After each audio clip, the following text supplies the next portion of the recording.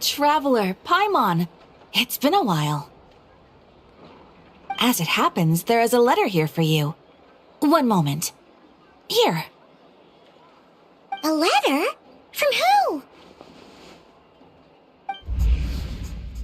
Dear Diary, I'm Kale. I work as a trainee forest ranger under my master, Tainari. I'm also studying at the academia.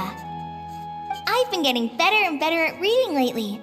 Mr. Al-Haytham says that the written word is a crucial medium for exploring the world and understanding oneself. That's why I decided to start this diary. That said, what should I write about? Things are pretty quiet in Sumeria these days. Life is good. Every day is a fulfilling and happy one. When I think back to the days when I suffered from Elazar, or way back to when I was injected with God remains, I'm in a much better place now. I hope it stays that way forever. I'll leave it there for now. Master said he'll take me shopping in Sumeru City today, which is great because I've been meaning to visit the toy seller at the Grand Bazaar for a while now. Kale, time to go. Yes, Master! Huh?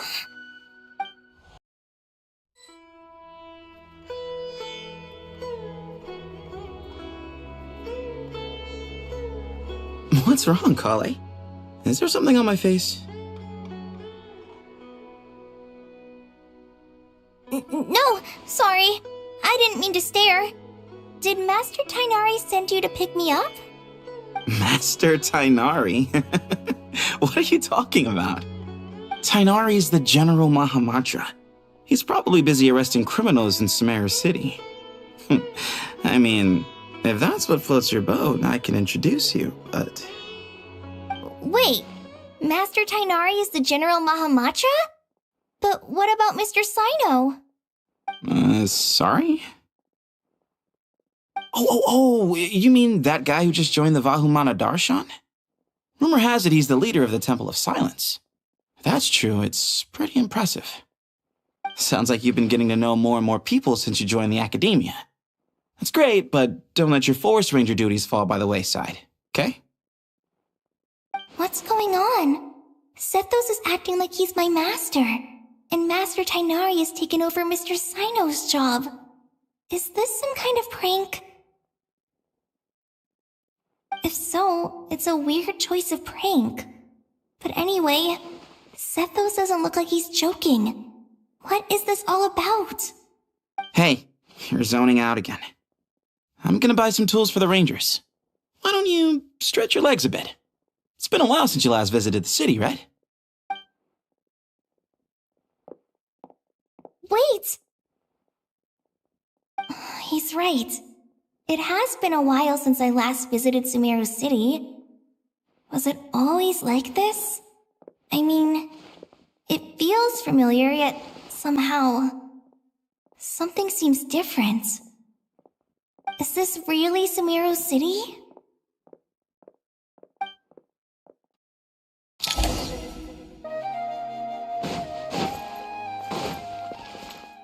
Hey, did you see who just walked by? Would you like some fruit?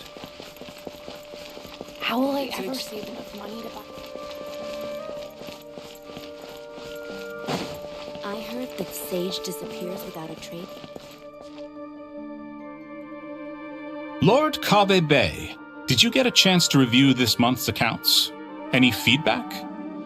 You mean the version you sent over a few days ago? Yeah, I took a look when I received it. I was thinking that maybe our profit margin is a little excessive. I visited some of our commercial partners last month. Their earnings are very slim. Are you suggesting that we give up some of our profits for them? Well, since we have more than we need, yes. Making money for its own sake is pointless. Don't worry, I've already planned for it and the numbers look fine. We can adjust the rates starting from next month. Also, about that designer you hired, I've had to revise his proposal 3 times now, but he just doesn't seem to... Let's cut our losses. Pay him his fee and send him on his way. I'd like you to get Layla on this instead. She was Cyrus's student, and she designed the Palace of Alcazarzare. Seems like a much safer choice.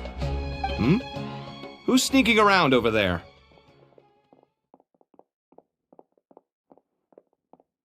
Mr. Kave?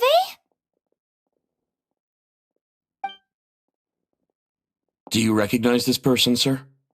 Yes, it's all right. We've met. This is Kale, Sethos' trainee. He brought her along the last time I went for drinks with him. What brings you to the city, Kale? Is your master here too? No, this is all wrong! Why is Mr. Kave saying that too? Tainari is my master, not Sethos! This can't be real. I have to ask someone else. There's gotta be someone else out there who still remembers the truth. Hey, wait! Don't run off! How strange. What's gotten into her today? It's like everyone switched places. I guess I'll keep looking around. I heard that Sage appears without a trace.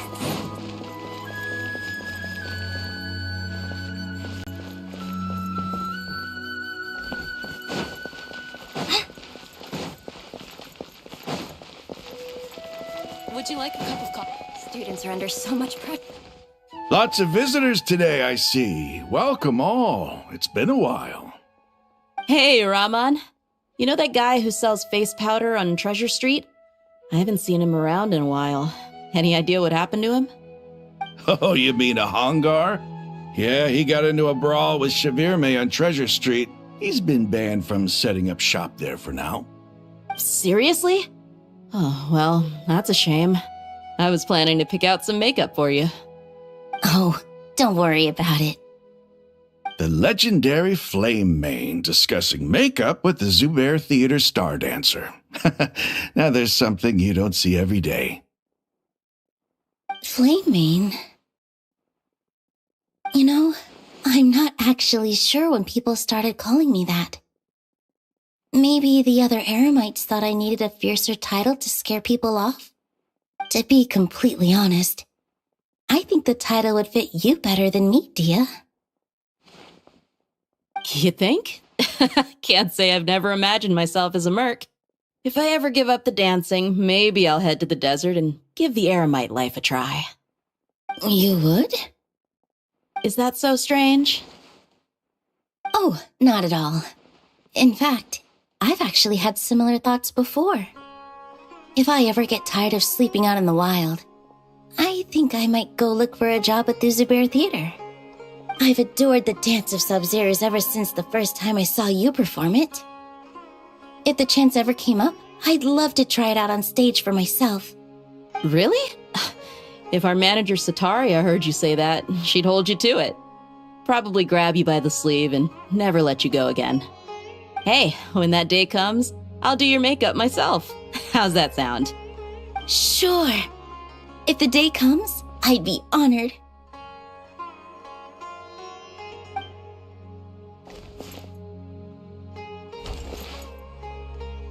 Everyone I know, everything I've ever known.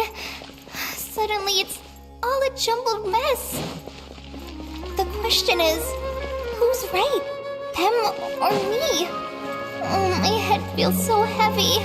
I can't think straight.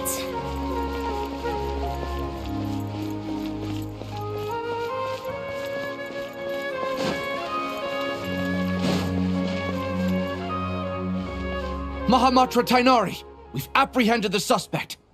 They say that the fool is prone to blind faith, but the wise man is not immune to it either.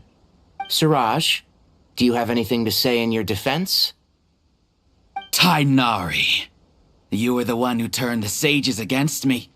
Just a few words of caution from you was all it took to destroy my research. And now you're trying to stop me again? You should know that mechanical life is the future. We must cast aside our useless flesh and... That's enough. I'm not in the mood to listen to your lunacy. Anyone could tell you how amateur your work is. Karina, Ilias, put him somewhere safely out of the way. Yes, sir. Next on the agenda is... Master? What is it? Wait, did Professor Zahahadi send you? She's been encouraging me to take on an apprentice. Might be getting a bit ahead of herself there, though.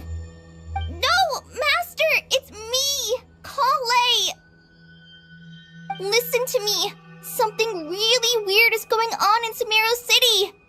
It's like everyone's identities have switched around. You're not the General Mahamatra. You're a Forest Watcher. Just yesterday, we agreed to come to Sumeru City today to go shopping together and... All right, there's no rush. Let's back up a little. Your name is Kale, correct? Although this is our first meeting, you do seem strangely familiar somehow. Is there anything I can help you with? No.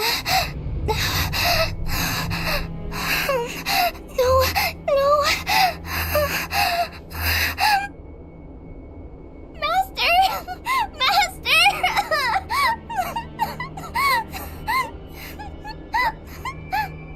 What is it?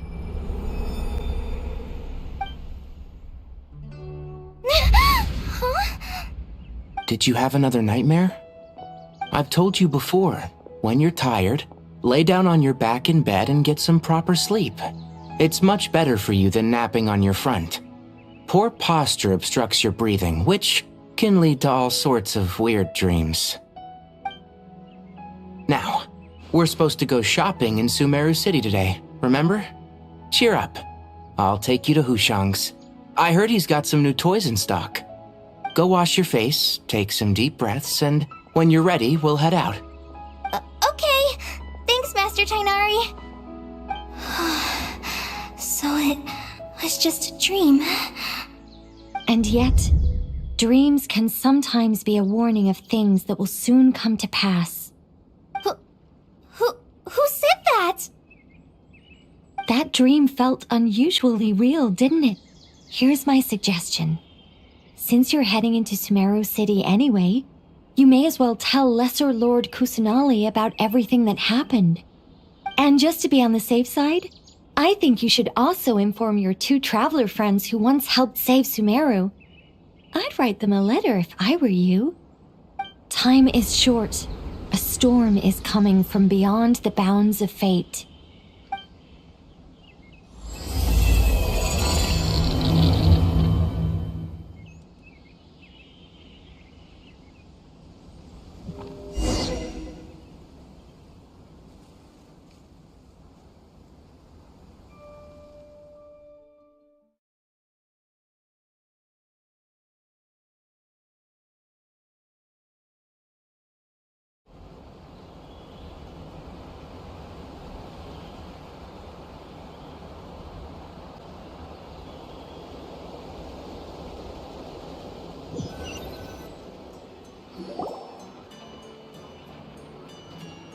What a strange situation.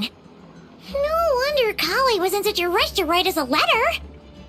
Imagine waking up one day to find that everything around you has changed. You might not even recognize Paimon anymore. Oh, that's a scary thought. Let's get to Sumeru and find out what the heck is going on.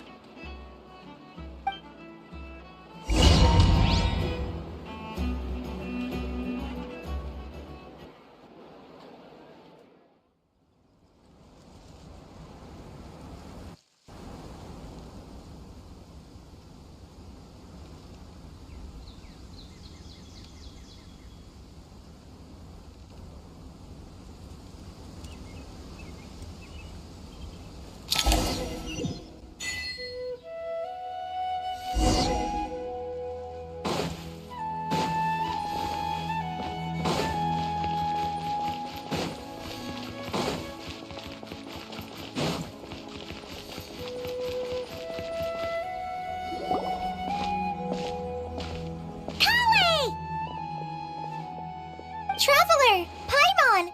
Thank goodness! I'm so glad you made it! Of course! We won't let anything happen to you, Kale. So, what's going on in Sumeru City? Looks like lots of people are moving or something. Yeah, I was just gonna say. After I wrote my letter, Master and I went to Sumeru City and told the Dendro Archon everything that I experienced, from start to finish. She was silent at first. It seemed like she was deep in thought. Then the next day, we got told that she was ordering everyone to leave Sumeru City immediately and move to Caravan Rebot. The entire population of the city has to move? Not just Sumeru City. The evacuation also includes Lokapala Jungle, Avidia Forest, Ashavan Realm, and Ardravi Valley. Basically, everyone living in the rainforest must temporarily relocate to Caravan Ribat. Holy smokes! It's crazy! Yes, it's quite an operation. Even if people only bring the bare essentials, the scale is simply enormous. They've requisitioned almost all the Sumpter Beasts in Sumeru for the task, including the entirety of Dori's Sumpter Beast Park. The Dendro Archon said that what Kale experienced was not a dream, but a warning. After our meeting, she immediately summoned the 6 sages to analyze the situation and discuss countermeasures. They concluded that the events seen in the dream are very likely to become a reality, and that an unknown danger is rapidly approaching. Oh, please keep that to yourself. We don't want to cause widespread panic. The official reason they've given is a large-scale renovation of the rainforest ecosystem. People are skeptical, but there haven't been any major incidents. So far, at least. The Dendro Archon seemed really worried when we spoke to her. She said you can go visit her in the Sanctuary of Surasthana when you arrive. She also said she'd hold out until the very end. Tainari? Kale? You got a minute? I need a hand here. One moment, I'll be right there. As a forest watcher, I've been tasked with assisting with the relocation work. There's a lot to be done, and they need all the help they can get. This will be the final group of evacuees from Sumeru City. While they're away from home, they'll be heavily reliant on outside help. Thank you for coming in our time of need. As you can see, another crisis is upon us. Excuse me, sorry to trouble you, but could you help an old man find his medicine? It's buried somewhere in my luggage. Where's my mom? Where did she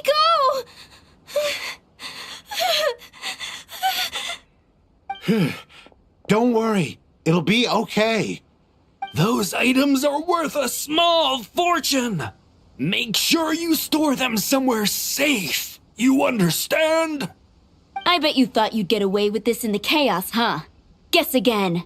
No petty thief gets past me.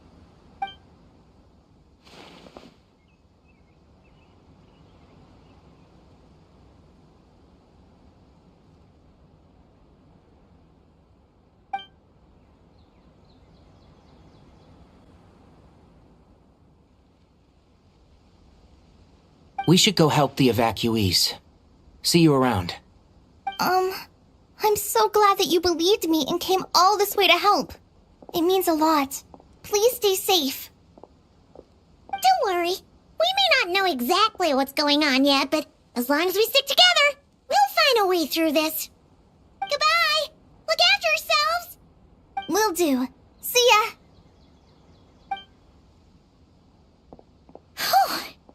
Paimon's not sure how she found the words to comfort Kale because, honestly, she's kind of nervous herself. Let's head to the Sanctuary of Surasthana and see Nahida.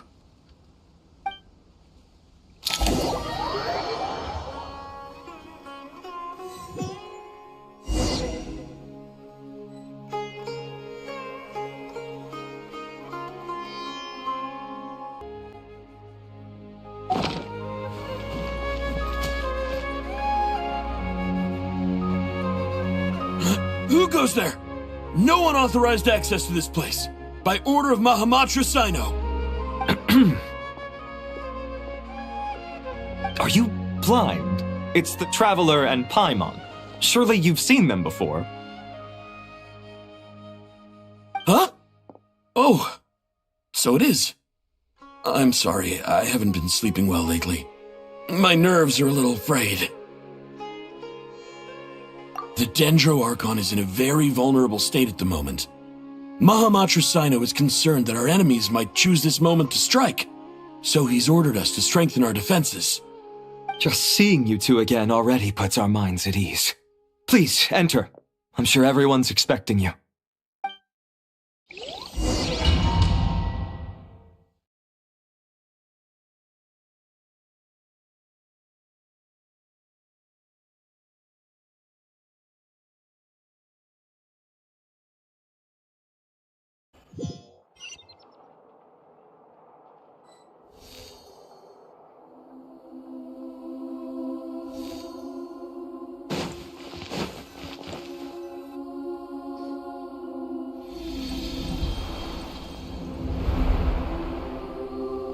Traveler, Paimon, you made it.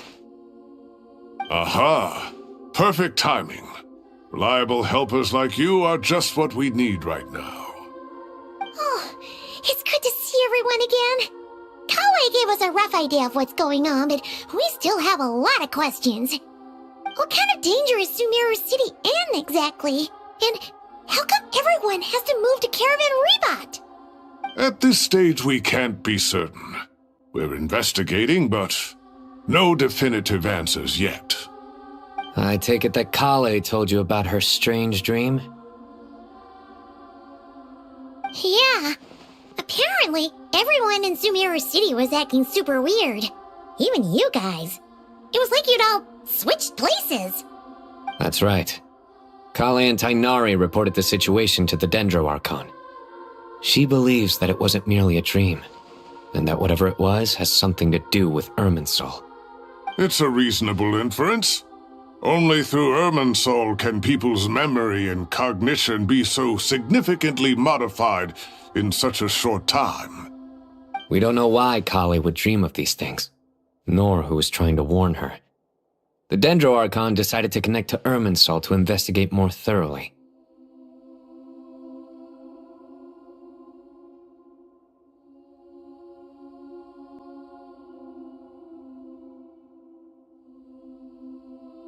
Irminsul is connected directly to the ley lines. The tree serves as a central hub where the ley lines converge, and its core function is to record and store the world's knowledge and memories. But something has gone awry, severely compromising the performance of this core function. Information is bottlenecking inside Irminsul, hampering the ley line's flow. If this continues, new information will languish unrecorded, with existing records thrown into disarray. In short, the souls of the dead will be stranded, while the living have their sense of reality warped. In the long run, Kale's dream could well become a reality. And that's just the beginning. There's no telling what other nightmares could end up coming true.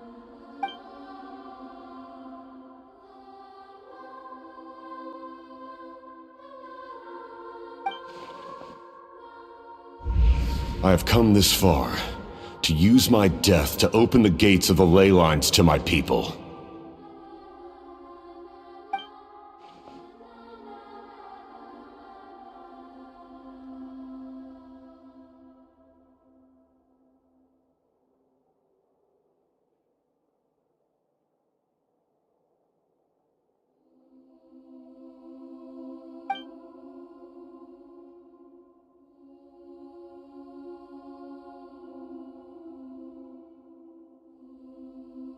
Faced with a growing backlog of information, the Dendro Archon decided to connect herself directly to Irminsul and take over the recording and processing function herself. But it is an almost impossible task. Individual brains aren't equipped to deal with the sheer volume of knowledge and memories involved. All that information flooding in at once would instantly fry any human mind. And for a god, even for a god, the suffering must be unimaginable. The Dendro Archon's power originates from Irminsul. Any issue with the tree itself takes a toll on her to begin with. On top of that, she's subjecting herself to the grueling task of processing all that data. It must be torture for her. And despite all of this, she is somehow finding the strength to investigate the Irminsul situation from within and send us her findings. I finished analyzing the latest data. Looks like our working theory was wrong. There's no signs of Irminsul having been attacked from the outside. So it's internal then? Some sort of disease, perhaps? No. I've spent half my life studying the ley lines. If Irminsul malfunctioned this easily, the world would have met its end long ago.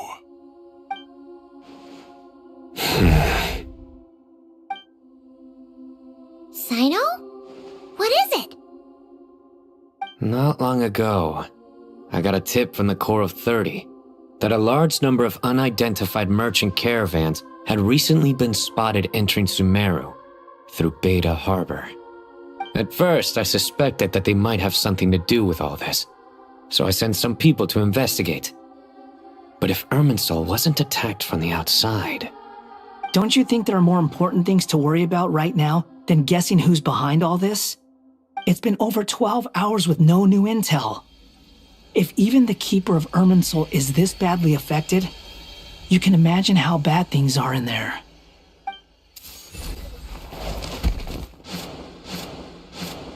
Dendro Archon.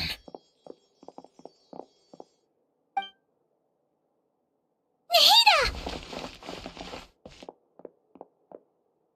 What's wrong?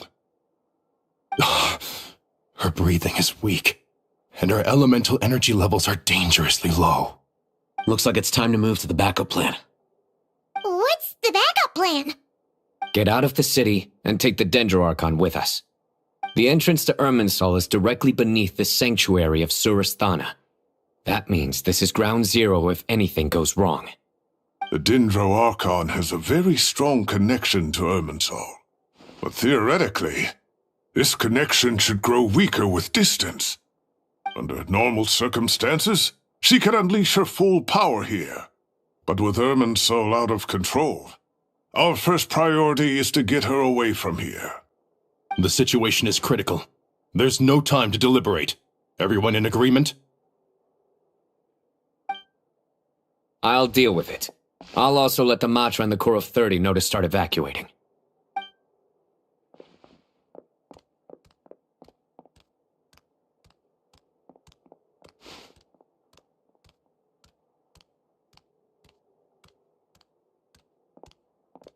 Let's go. No sense grieving when there's nothing more we can do. Agreed. We'll be back as soon as this is over.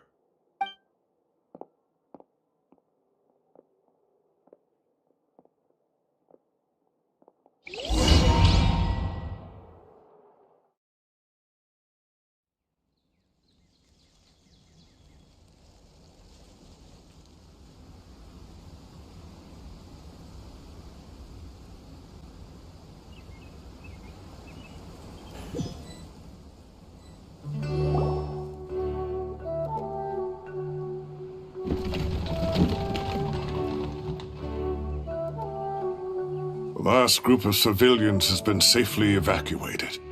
Dendro Archon's carriage will travel with them. Sino and Hat Guy will protect the convoy.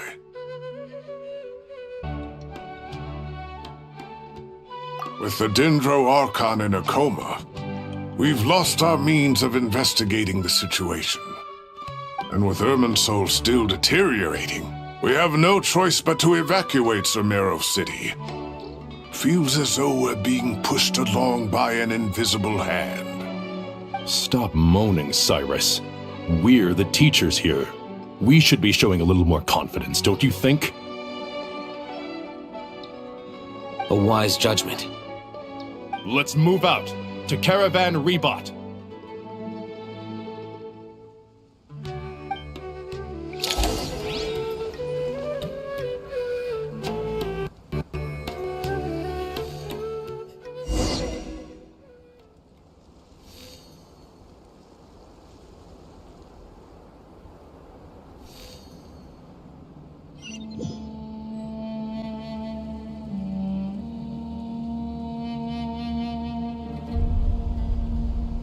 Sir, all units are in position.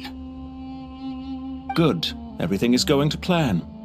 Interfering with Sumeru City is a necessary step, so do not hesitate. The Irminsul situation will not harm you. We need to speed things up here, too. We don't want to keep our client waiting, do we?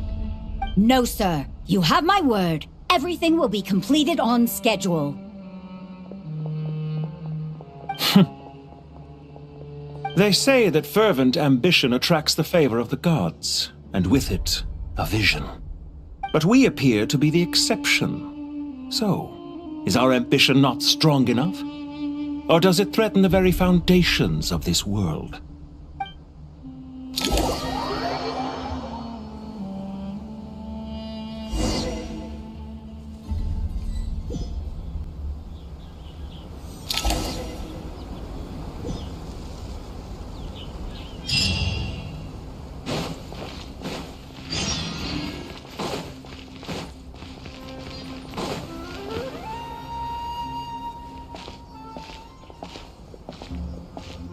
How is the Dendro-Archon?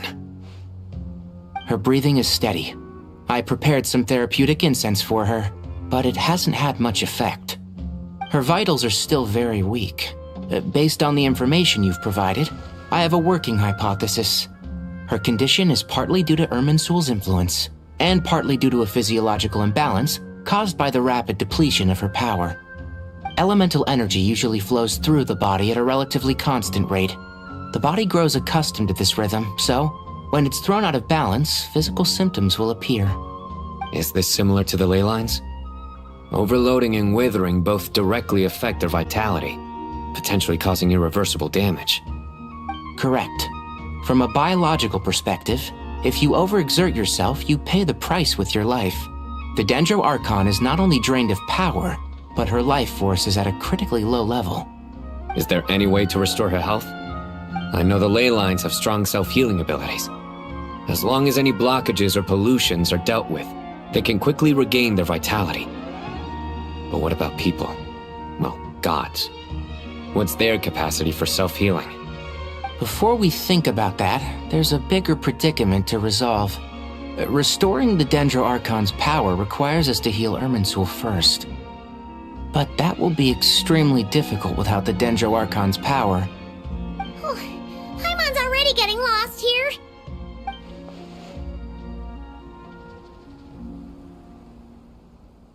Master Tighnari and Sino look so serious. I've not heard Master speak in this tone for a long time. Tighnari.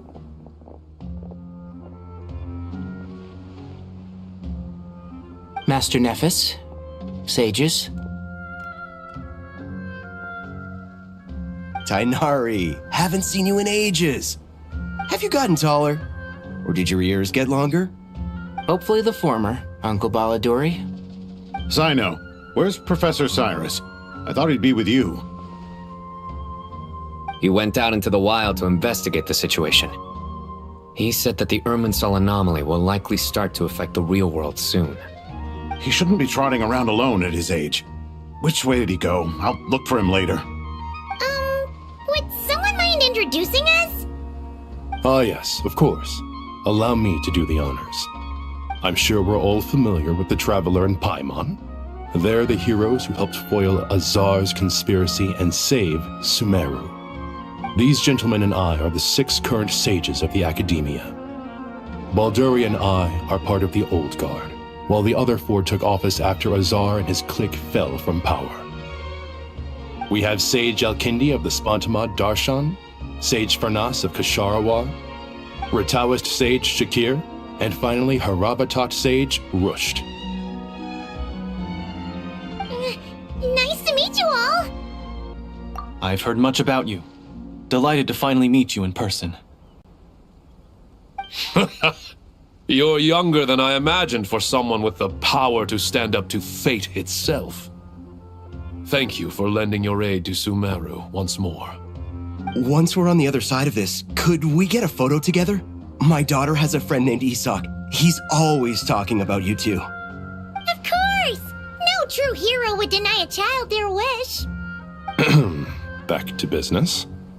So with the Dendro-Archon currently in a coma, the people have taken temporary refuge at Caravan Rebat, but they cannot stay here forever. We need to come up with a plan as soon as possible. Farnas, any thoughts? Well, firstly, having reviewed the data, I'm inclined to agree with your assessment. This doesn't look like an attack on Irminsul from the outside. Rather, it resembles a malfunctioning machine. Calculations going haywire and sparks flying. That being said, before we consider how to fix it, we need to understand precisely what has gone wrong. Furthermore, we somehow need to ascertain this without relying on the Dendro-Archon's power. We have no direct access to Irminsul. However, we might be able to gather the information we need from the ley lines. Study the branches to learn about the trunk, in other words. Wait, is that what Cyrus is up to? No wonder he ran off to research in the wild. Karsa's always one step ahead of me, isn't he? I heard that while in the sanctuary of Surasthana, the Dendro-Archon had to serve as the central information hub herself. This is a clear sign the situation within Irminsul might be far worse than we can imagine. Irminsul is vital not just to the safety of Sumeru, but to all of Teyvat. We must be the ones to bear responsibility for this world. To be on the safe side, I think we need to consider some backup plans. Are you saying we should consider a scenario in which Irminsul is completely destroyed? I'm merely pointing out that the possibility exists. You have a valid point. But until worst comes to worst, I believe we should focus our efforts on resolving the Irminsul anomaly and helping it recover. Kale, I understand that you were the first to foresee this crisis. If it's all right, I'd like to talk with you about it in more detail. Of course! But even I don't know how I came to have that dream. If there are no signs of external damage, could it be a stress fracture? Metals tend to suffer from this issue with long-term use, and Irminsul has existed for centuries, after all. It's possible, but surely a stress fracture would be more likely to cause a complete shutdown rather than chaos. Sages, General Mahamatra, sorry to interrupt, but something has come up. What happened? Some citizens didn't believe that Sumeru City was really in any danger. They slipped away and hid during the relocation, intending to return home. How many people are we talking? About a dozen. Sakura found them while on patrol, but they appeared to be suffering from psychosis. For whatever reason, they were trying to kill each other. By the time we arrived, there were only 2 survivors. One was unconscious from their injuries. The other tried to attack us, but was subdued. Where did this happen? Near Yasna Monument.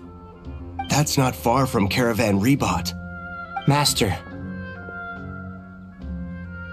I know. The Irminsul anomaly is beginning to have effects in the world. I didn't expect it to spread to Yasna Monument so soon. It almost feels like we're being chased relentlessly, with no time to catch our breath. Sir Cyrus said the same thing. He sent me back to report in, while he continues investigating. I'll go join him. Count me in too. Don't let my age fool you, I can still fend for myself. Very well. Meanwhile, the rest of us will continue discussing our next steps. Get back soon. Take care of yourselves. It's getting dangerous out there.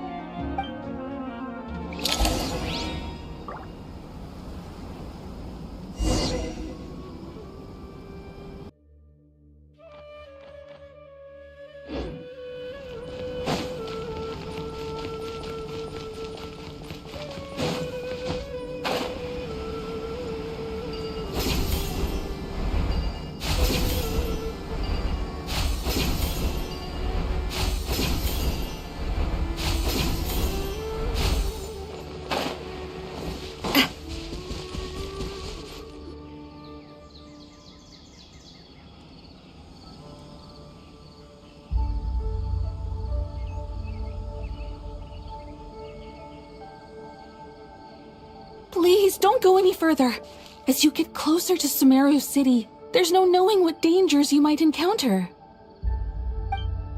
So this is our mentally disturbed man? I'm going to gut you all!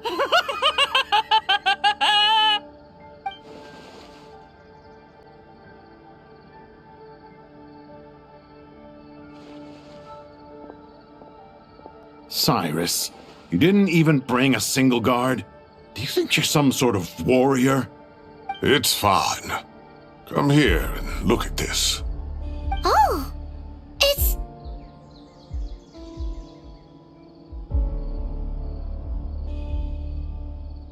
That's right. Flowers that bloom from openings in the ley lines, indicating some sort of anomaly. I don't believe I've ever seen a color like this before. Did you discover it nearby? Not just here. Way over there, too. They're everywhere. There's even more in that direction. How did you ascertain the situation further ahead? Didn't you just say that we can't go beyond this point? Yes. This area is relatively safe so far. But if you continue forward, delusions will start afflicting your mind. However, some vision-bearing mercenaries were able to maintain their sanity a little better. They're the ones who brought back news from further afield. Sino, do you remember the class I taught on dissecting ley line blossoms? I do, Professor. I received full marks in that course. Good. After all these years, it's time to put that knowledge into practice. There must be anomalous information hidden within these blossoms. Alkindi, I'll need your help as well. Been a while since we worked on a project together, hasn't it? Sure has. Well, what are we waiting for? Let's get to work. Anything we can do to help? Will you need my help? All right, well, don't go too far. There's too many unknowns at this stage. Let's regroup at Caravan Rebot later. Don't worry if you don't show up. I'll come and find you.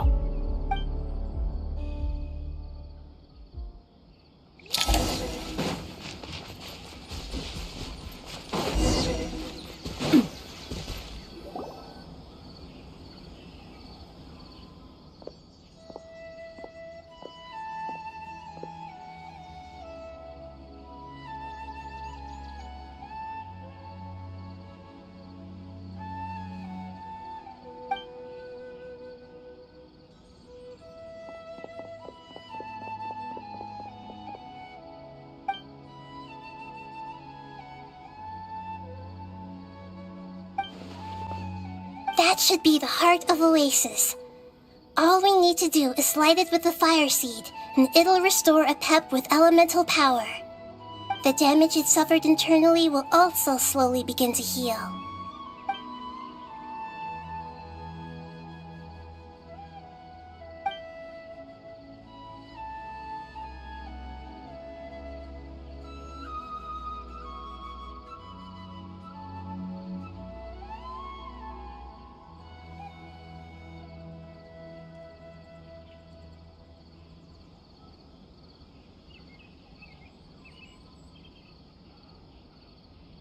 What is it? You thought of something? Really? Then let's get back and tell the others!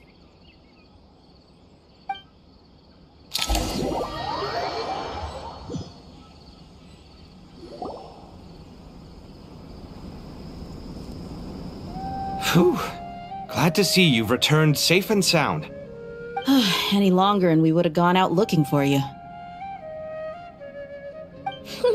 Well, this is a nice surprise. Paimon sure feels better with everyone we know here. We've made some progress, so let's start by giving you and Paimon a quick update. By dissecting the ley line's blossoms, we've been able to deduce that although Irminsul is experiencing an anomaly, it has not completely rejected access from the outside.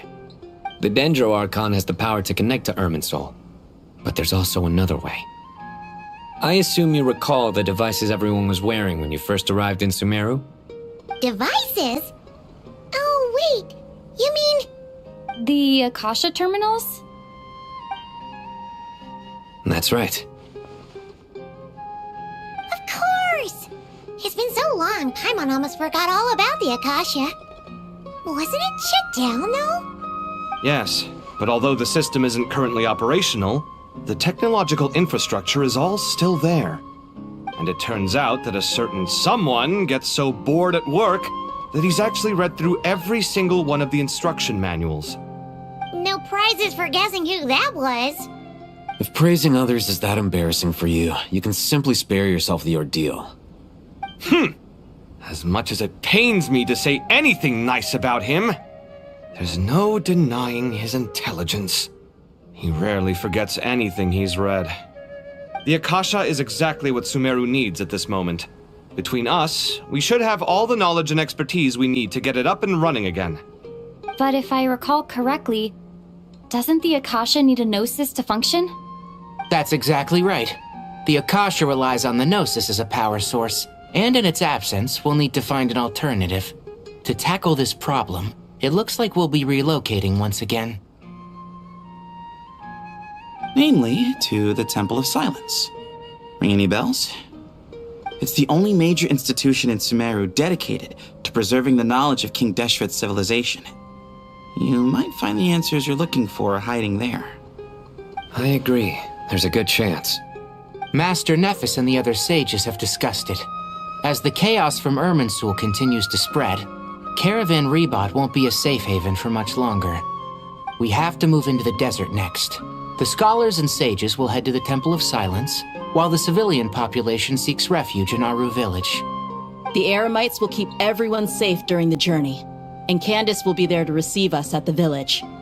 This leaves us just one thing to worry about. That Dendro Archon. She's very weak. We can't afford to wait until Irminsul is fixed. There has to be another way to help her. Huh. Well, luckily, the Traveler had a eureka moment while we were out investigating. Really? Wow, nice one, Traveler. Let's hear it. What say our Amorta experts? Theoretically, it's feasible. From what you're saying, although elemental life and elemental energy have their differences, the Dendro Archon has explicitly stated that she can imitate the power of the former. In which case, as long as Apep is willing, she should be able to convert her own power into a form that the Archon can use. It wouldn't be difficult for her at all. The only problem is convincing her to help.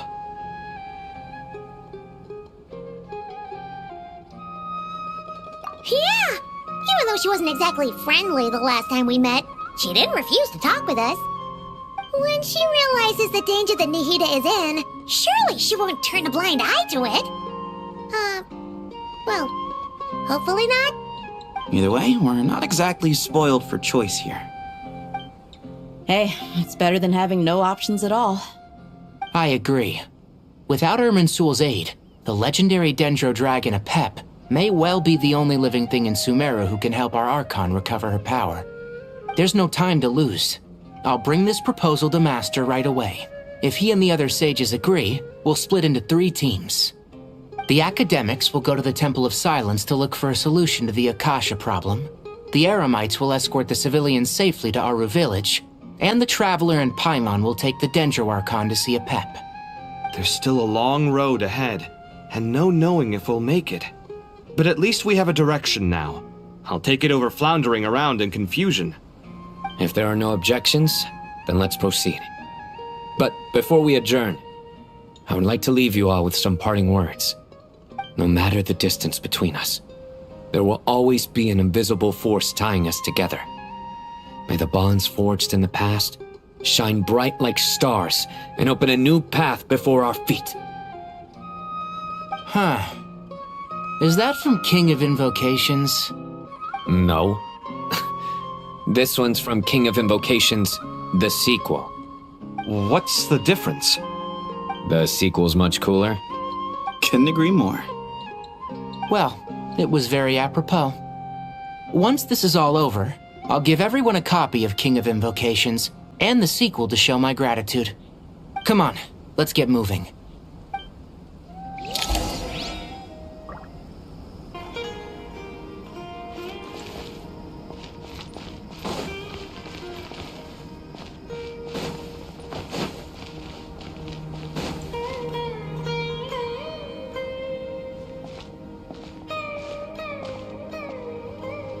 Tainari has brought me up to speed. I approve of your plan of action, but we can't proceed with everything right away. The people need to rest. For many of them, this will be their first time in the desert, so we'll need to find additional personnel to help escort them. You two, please go on ahead with the Dendro Archon. Let's rendezvous at the Temple of Silence later. No problem. We got this. Words can't express my gratitude, so let me just say, I hope everything goes smoothly for all of us. Goodbye for now. All right, let's get going. If Paimon remembers correctly, the last time we saw Apep was in... Traveler, Paimon. Could I borrow you guys for a moment? It'll only take a second. Kale, what's the matter? Well, Tainari once told me, after you raise a problem, you should think about how to resolve it. But ever since I had that dream, I feel like I haven't been of any help at all. I tried my best to keep up with the conversation, but there was so much new information, I couldn't take it all in. So, I just wanted to ask, do you have any tips for me there? Paimon knows exactly how you feel. But fear not, everything you need to know is right here in Paimon's notes. Sumeru chapter! It's got tons of info about all the things we've seen and heard on our adventures. Some parts are a little simplified, but hopefully it all makes sense. You see? Being the greatest guide in Tibet isn't just a fancy title. It takes a lot of hard work. Paimon doesn't always understand the things you're talking about with other people.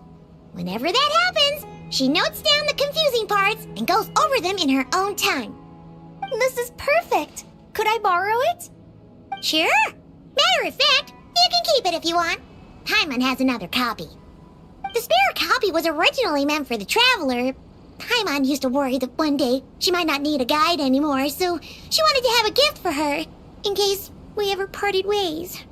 But it doesn't seem so necessary nowadays. We have so many more places to see together. One copy will be enough for both of us. Thank you so much. But still, these are your treasured memories. I think I'll make my own copy and then return the original to you. Anyway, that was all. I won't keep you any longer. Have a safe trip.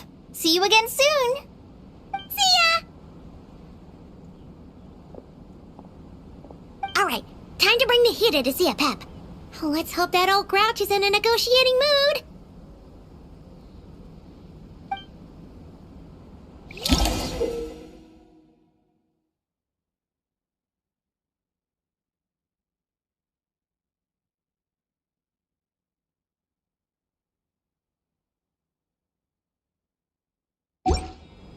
Hey, here's a thought. If we brought Nervalet along, do you think he could help us persuade a Pep to help? Actually, never mind. In a Pep's eyes, Nervalet's probably one of those dragons who has grown too close to humankind. They might end up fighting for all we know.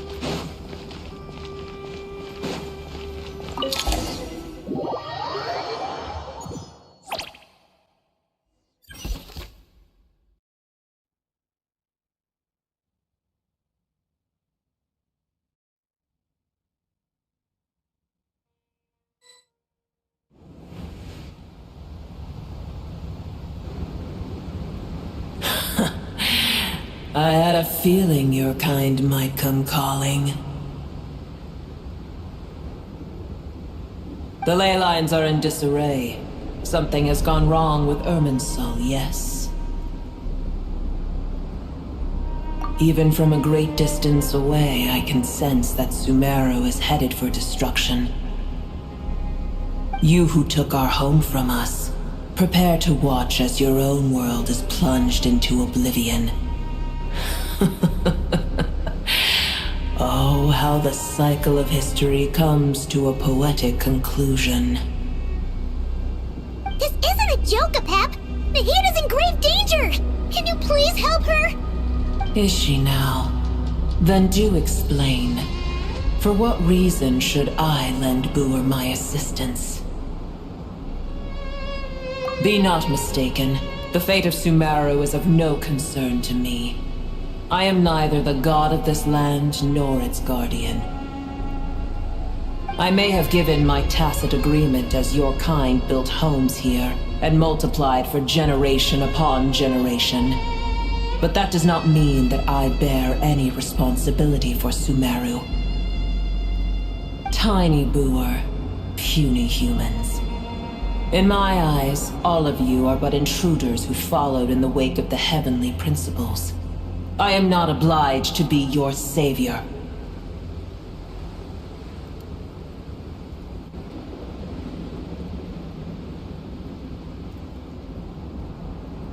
Pep, if you truly despise gods and humans so much, well, after the great humiliation of being helped by a god in the past, Shouldn't you be jumping at this chance to balance the scales? Now that is a compelling reason. When El Ahmar plotted against me and I was tortured by forbidden knowledge, it was Buer who saved me from agony. And though I regard with shame the pity of my enemies, to receive aid without repaying it would likewise tarnish a dragon's dignity. Oh, tiny Buer, puny humans. Just this once I shall deign to show you the true power of dragonkind.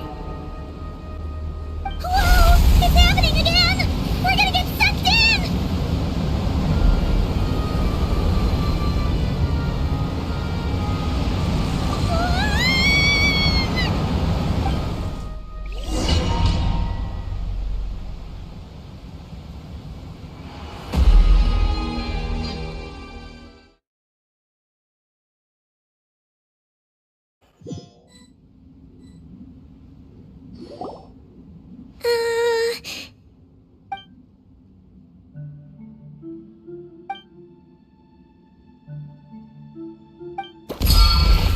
It is done. The heart of Oasis is supplying her with life force as we speak. It shall not be long before she recovers. But I should warn you. Buer's existence is closely intertwined with Irminsul. Unless the issues plaguing it are resolved, she will never completely recover her former strength. Oh, thank you. Spare me your words of gratitude.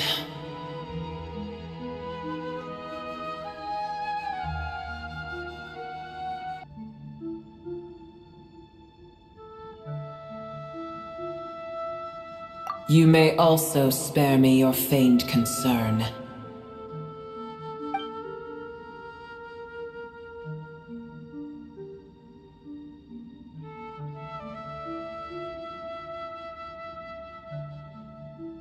A dragon's sovereign's power is far greater than you can imagine. While I was indeed weakened when the heart of Oasis ran dry, providing Tiny Buer with a morsel of my life force shall have little consequence for me. Oh, good to hear.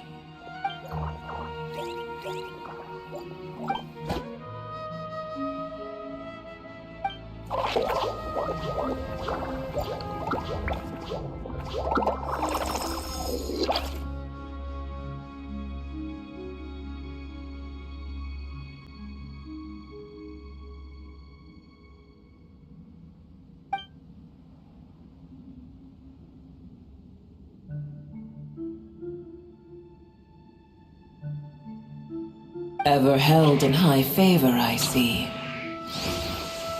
Oh, well, you know. The compliment was sincere. Simply accept it.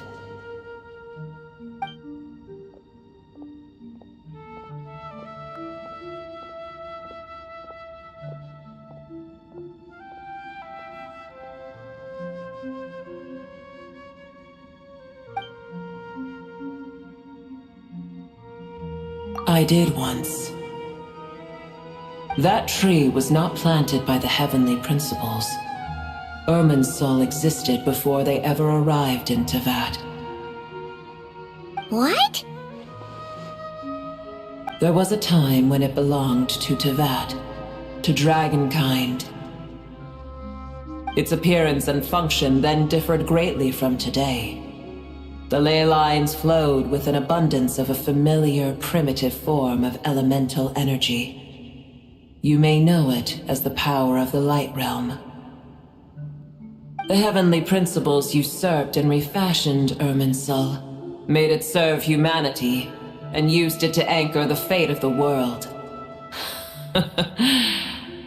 Yet in the end, humanity has failed to protect it. Heavenly principles, God of gods. It makes me sick. The enmity between your kind and mine can never be bridged.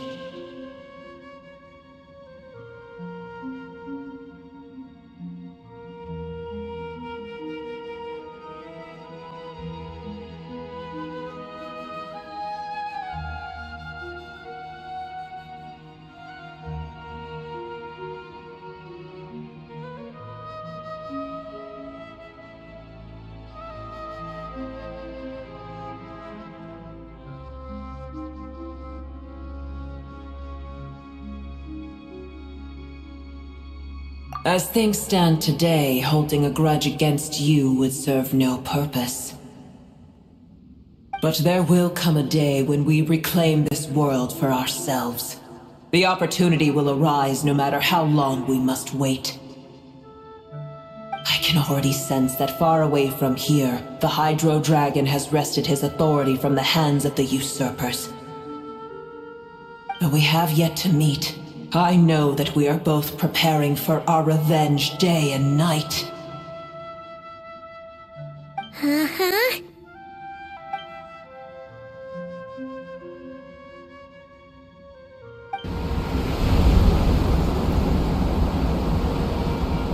I hear a great disturbance out there. Huh? What is it? Sandstorms come. The Jinn. I see. Another calamity approaches. You both seem restless. Let us part ways here. Boer is safe with me. Once she has recovered, I shall return her to your side. Oh, thanks again. Take care, alright? I told you already I have no need of your feigned concern.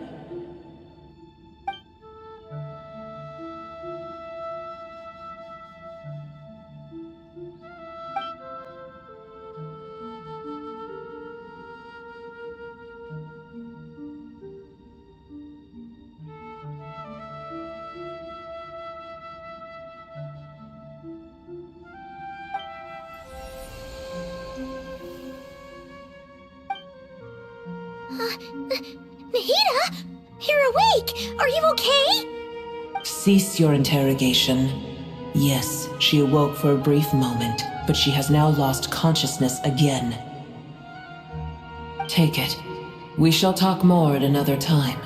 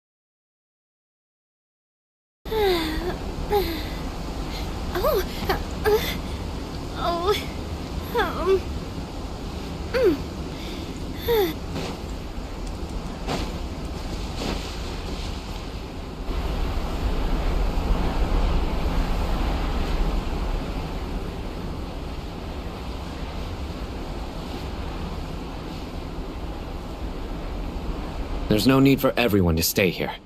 I'll protect the sages. The rest of you, return to Aru village. Yes, Mahamatra Sino.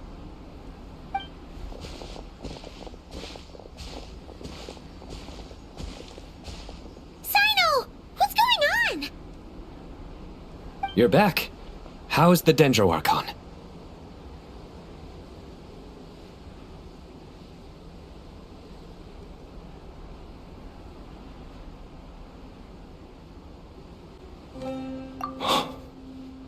What a relief.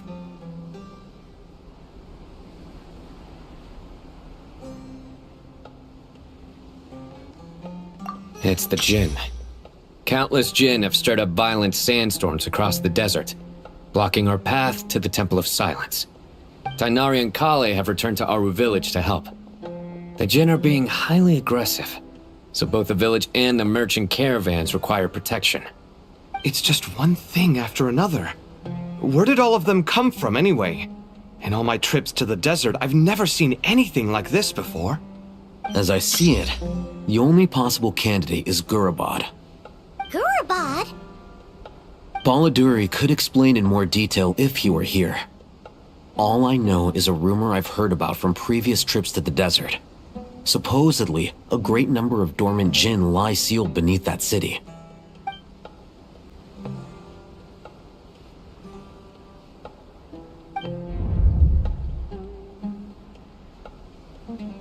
Gurabad is, for me, a fated land.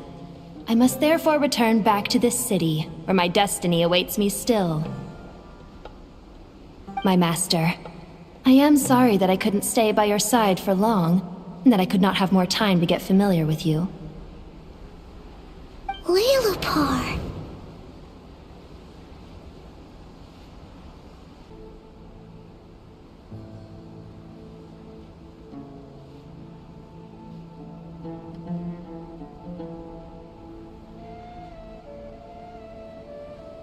Yeah, we once said goodbye to a friend there. Well, maybe not a friend exactly, but someone we met on the road anyway. She was a strange bottle. If we can find a way to wake her up, maybe she can help solve the situation in Gurabad. Well, be careful. You may find there's more than just the Jinn to worry about. You mean there are other dangers in Gurabad? It's a sensible assumption to make. The moment we arrived in Caravan Rebad, the Irminsul anomaly started spreading in that direction. Now we've moved to the desert, and suddenly we're plagued by Jinn and sandstorms. To call it a coincidence would be a stretch. Don't worry, we've gotten a lot stronger since our last stint in Sumeru.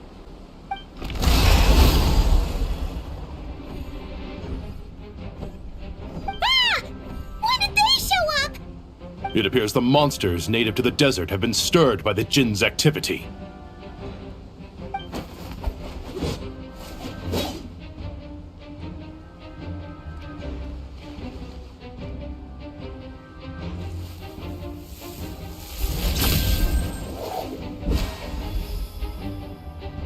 You should get going. We'll take care of things here.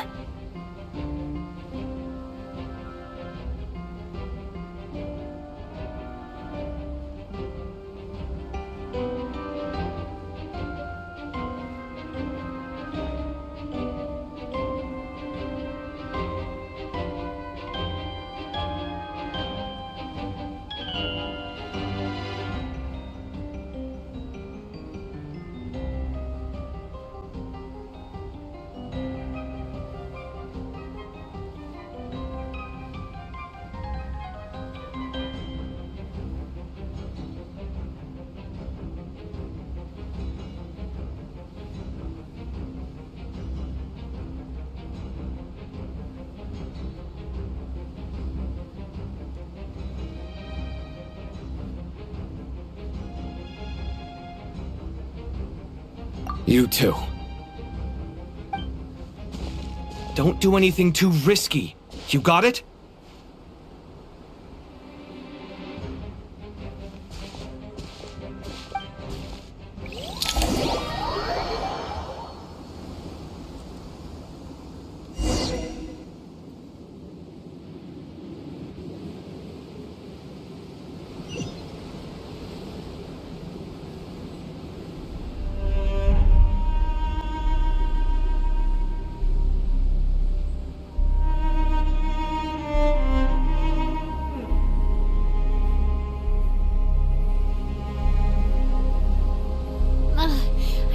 Want to go traveling. I don't mind where we go, as long as I have my friends with me.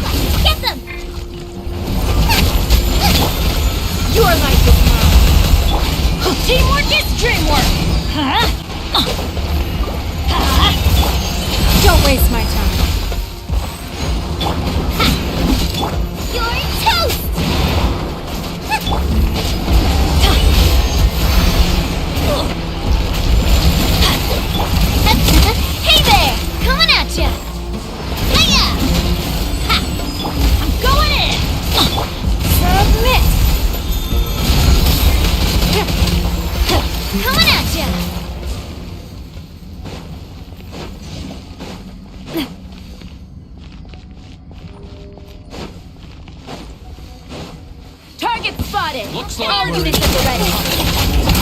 The Patui?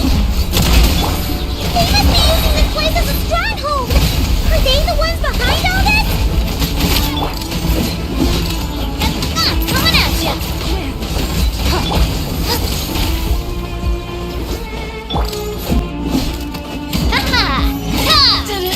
Hey there!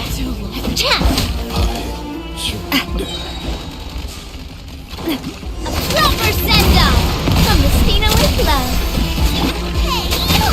Fighting Jin with one hand and Patui with the other? This is pure chaos!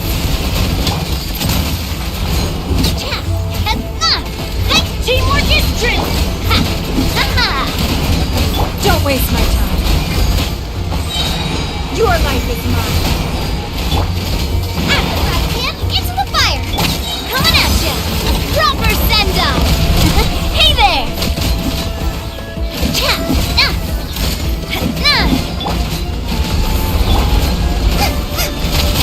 Coming at ya!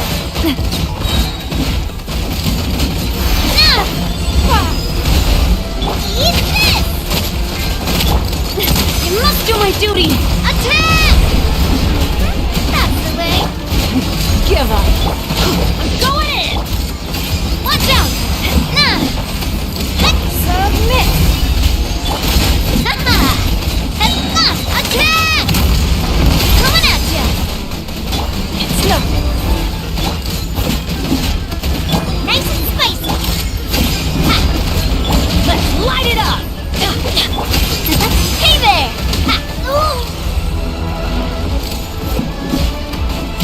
Your life is mine. Teamwork is true! Watch out! Hiya!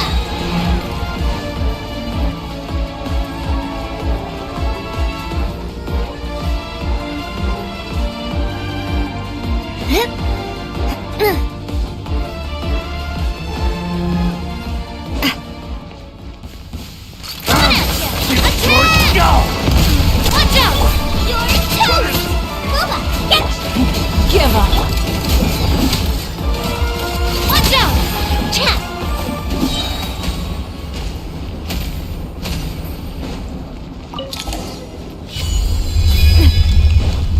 You see that strange machine? Paimon has a sneaking suspicion that that's the thing wrecking Gurabad and setting all those dangerous Jin free! The target has reached the core zone. Requesting backup. Repeat, requesting backup. Backup en route! Stop her at all costs!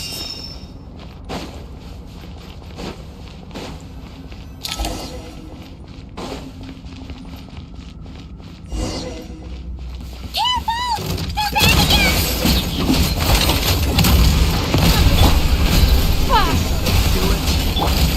Watch out! Hey there! It's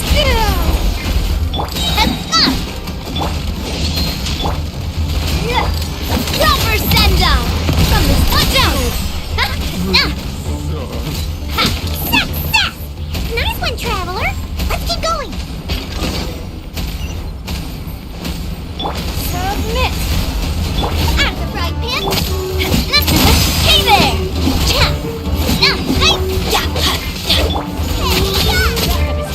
Coming at ya! Give up. Attack!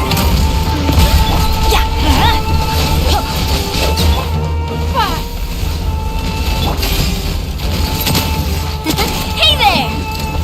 Don't waste my time.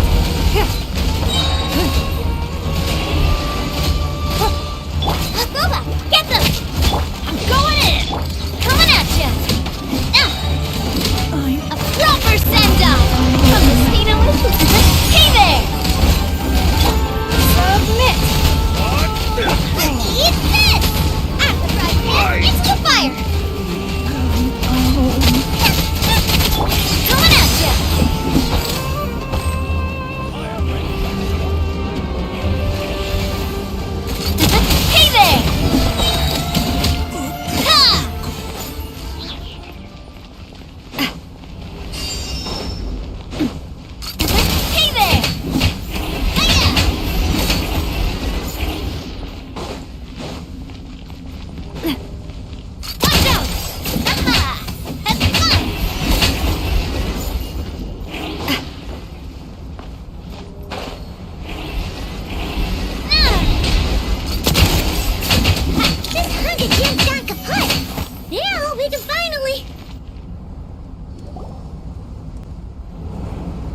It seems my subordinates failed to stop you in your tracks.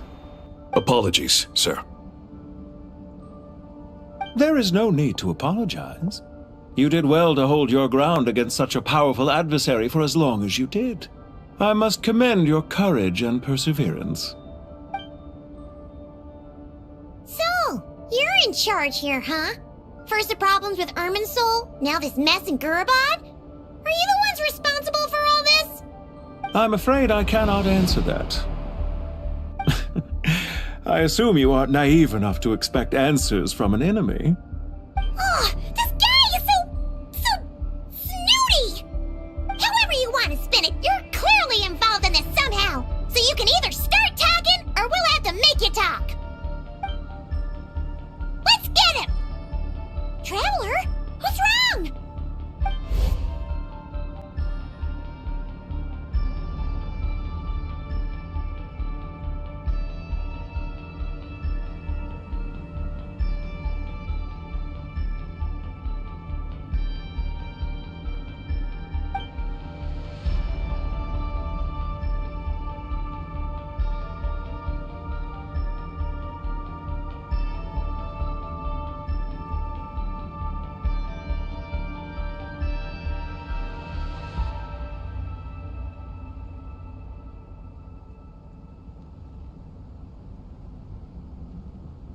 You're remarkably calm.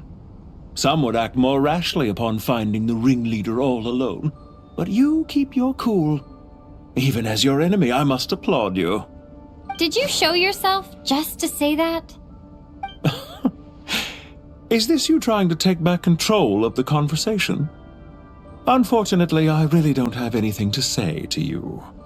I am here merely to indulge my own curiosity. Your names are well known among the Fatui. Naturally, I wanted to observe you up close while I had the chance. Hey! Don't treat us like we're some kind of exotic animals in a zoo! Oh, I wouldn't dream of it. You seem rather predisposed to misunderstand me. I'm quite aware that you are both heroes of great renown. You have resolved crises in many nations and won countless allies along the way. I've been following your adventures with great admiration. My only regret is that the trajectory of your journey conflicts with our goals. What do you mean, admiration? Sorry, but that sounds pretty weird coming from you. I don't see why. We may happen to occupy opposing sides, but there is no cause for deep-seated enmity between us. To respect one's enemy is to respect oneself. Well, now that you're observing us up close, what do you see? I've observed as keenly as I can. Yet, while I endeavor to understand, your true strength remains a mystery to me. Violence is not my area of expertise either, so, you see, I would much rather converse with you like this than determine a victor with the edge of a blade. Besides, I've heard that even 3 moons in the sky fail to eclipse your brilliance. I know better than to bite off more than I can chew. 3 moons? So, you have a connection with the Harbinger, the Doctor. Well deduced. Our commander, Dottore, died in Nodcry, but there are things that do not end with his departure. We must... Look at me. I almost divulged more than I should have. What are you after? Revenge for Dottore? Or are you plotting something else? I've said quite enough, I believe. There's no point in continuing this conversation, except to say, I've noticed that you seem to know your way around here quite well. A repeated visitor to Gurabad, are we? Ugh. I'll take that as a yes. Then I'm sure you'll have heard the story of this place. The mother of the Jinn, Lilupar, and the tragic tale of her vengeance that spanned 3 generations. It was right here that Lilupar once helped the wise to ascend to the throne. But from that moment on, every king who sat upon it was corrupted by power. These degenerate rulers lost control over their nation, and with it, the right to occupy that exalted seat. What are you trying to say? I once admired you for your adventures. That is the earnest truth. But it appears to me that your journey serves ultimately to uphold the rules of this world. Are these rules truly just? Does the heavenly principles rule with wisdom or folly? And how can we be sure that the seven who wield authority over the world will not be corrupted? Do you seriously think you're gonna convince us of anything? Convince you? I'm sure my commander already tried that. Why would I waste my breath doing the same? If a few words from a stranger were enough to make someone completely change their stance, it would only prove that they never had a firm will to begin with. I am merely stating my position, so that we might understand each other better. One's enemy in the present may not necessarily be an enemy for life. As for what game I'm playing here, I'm simply buying some time. But now I must bid you farewell. It was a wise decision not to attack me immediately. Since you did not fall for my ambush, I will now have to ask those in hiding to reveal themselves. Leave this to us, sir. Very well. I trust you to do what is necessary. Stall her while I execute the next step of the plan. Sumeru City, Irminsul. Hey! Stop right there!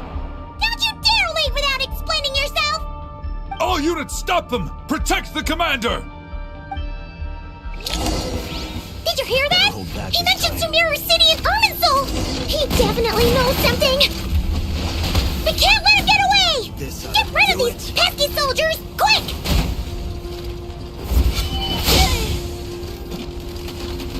Resistance is futile. No! Not me. Too.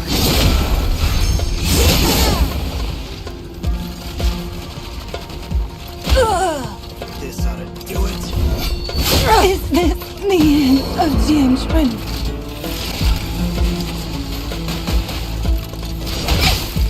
Help! Beginner is attacking me! Water! Resistance is futile. Why do they never miss?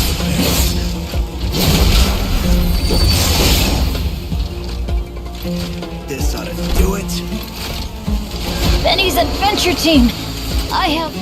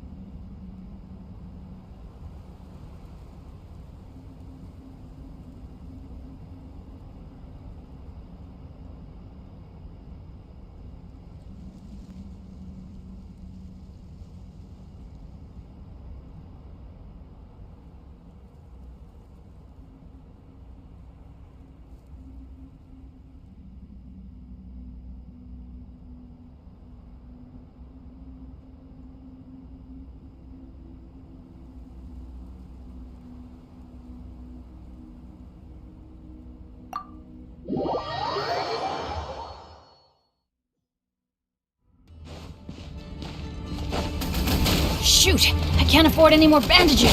Let's light them! Coming at you! It's nothing! Luba, get them! Resistance is futile. Save yourself. Could it break the curse? Rear guard to the front! Don't let them through! Don't waste my time! Out of the frying pan! Hey there! Your life is mine! Proper send-up! From the speed of...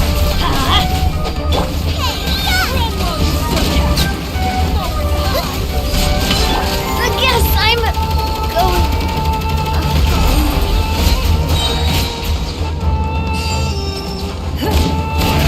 Teamwork is teamwork! Get that thing in position!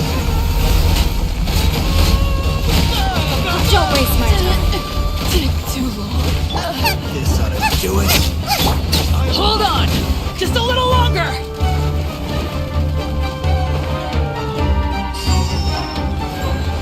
Let's light it up! It's nothing. Get them!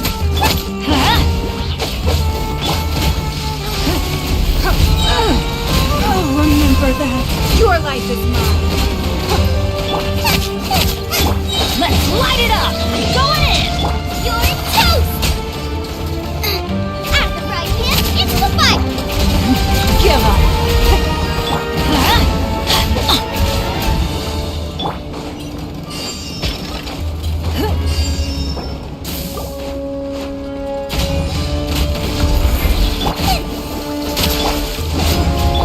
Submit! Let's light it up! Everybody stand back! We finally beat them! That mysterious guy can't have gotten far! Let's catch up with him!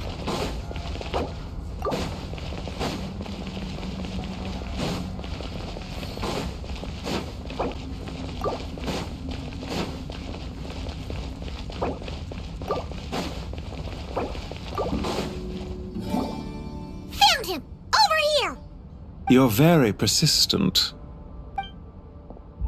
Hey, you! Stop running and explain yourself! What are you trying to...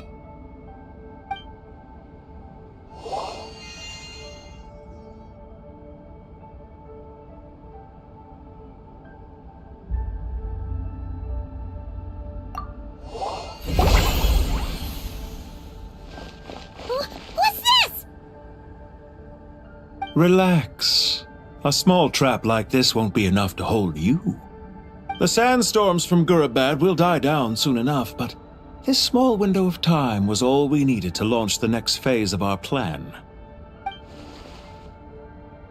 Don't be discouraged. I knew that someone would come here eventually, so I planned ahead. Where to chat with you, which door to exit from, even which mechanism to wait by for you. I thought through every detail. You, meanwhile, know nothing of who I am. So far, you've only heard my voice, and for all you know, it may not even be real. But not to worry. This is only our first meeting. It shan't be our last. Just answer me one last question. Why do you continue to follow Dottore? He has conducted countless cruel experiments, even on his subordinates. Follow isn't quite the right word. Let's just say even those you see as villains have their friends, even if they aren't the most sincere of friendships. When any set of rules is established, there will be those who benefit and those who lose out. People will do anything to justify what they have gained or escape from the hardship imposed upon them. Neither he nor I are tolerated by the rules of this world. We were both searching for a new order. Our ideas of the final form that should take may have differed, but our journeys took a shared path. Goodbye, Traveler and Paimon. I wish you a timely escape, albeit not too soon. I will need a little more time to prepare, after all. Hey! Come back! Wait, this dark wall. We've seen these on our adventures before. It swallows people up! Oh, I'm sorry. She shouldn't have jumped the gun!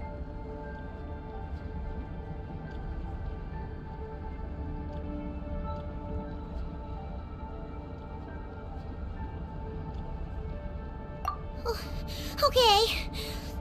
He may have fooled us this time, but we'll get it back!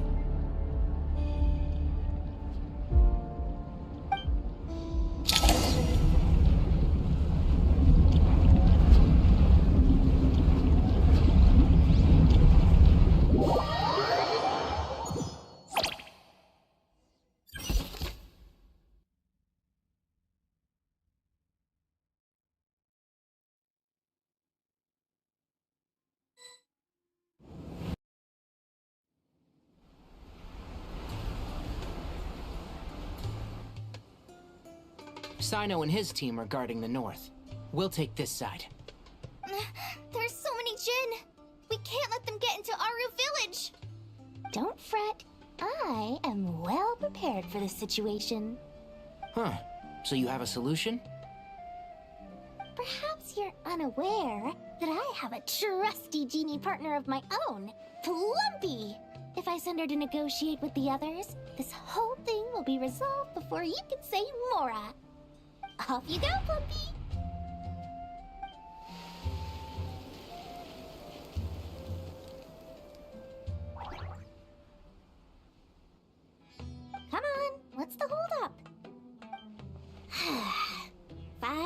20,000 mora.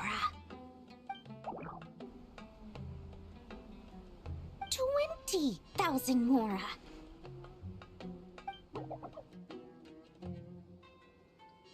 100,000 mora. Final offer.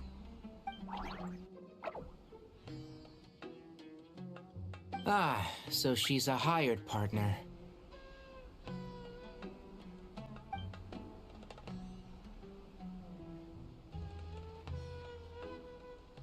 Hired partners are reliable too. Plumpy here is a highly skilled negotiator. You'll see. Just a few words from her and...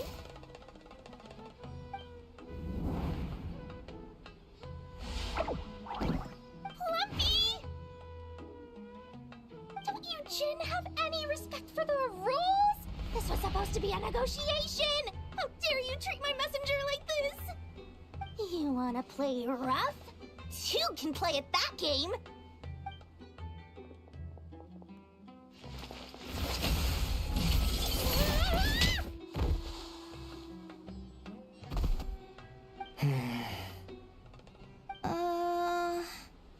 Looks like it's up to us now. Be careful, Kale. Yes, Master.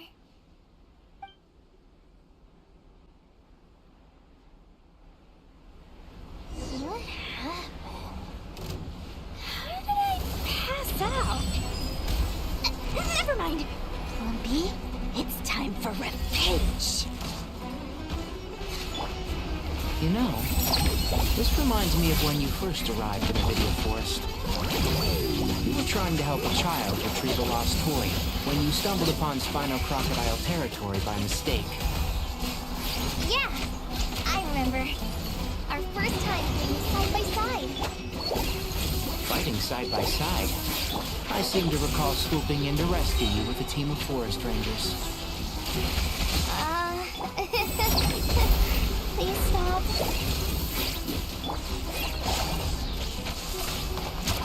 One with the force. Try this on for size.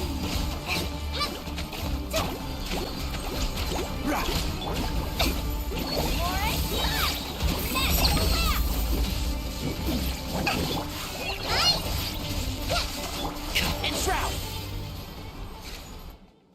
There's too many of them. I can't believe I used 12 rare items in one battle. Ugh. I shudder to think how this is going to affect this month's accounts. The sight of that glaring deficit might be more than my poor heart can take. Tainari, how's the situation on your end? We held the line, though it was a close call.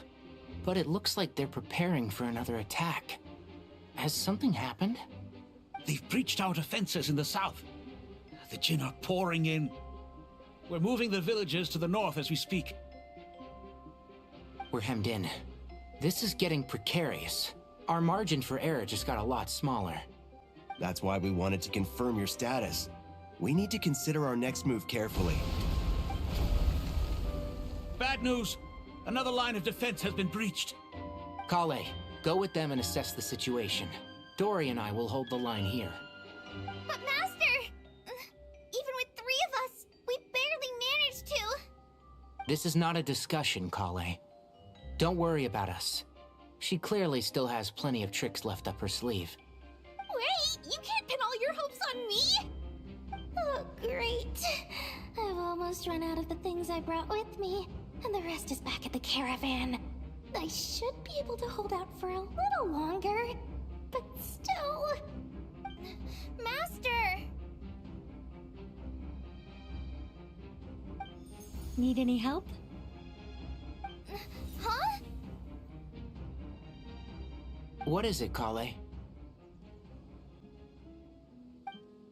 If things continue like this, it won't be long before Aru village is overrun by— I don't care. Whoever you are, please just help us. The only one who can help is you. I am merely here to guide you along the correct path. I am a spirit created at the beginning.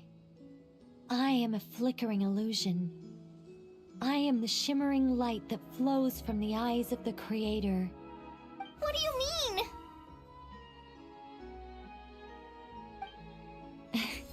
It doesn't matter. You don't need to understand it. Just repeat after me, one line at a time. Watch out! Jin incoming! I am a spirit created at the beginning. Here goes nothing! I am a spirit created at the beginning.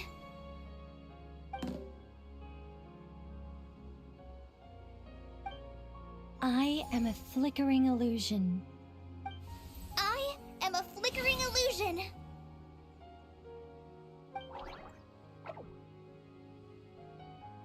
What's wrong, Plumpy? I've never seen you so agitated before. But how do you... Do you know what Kale is reciting? I am the shimmering light that flows from the eyes of the Creator.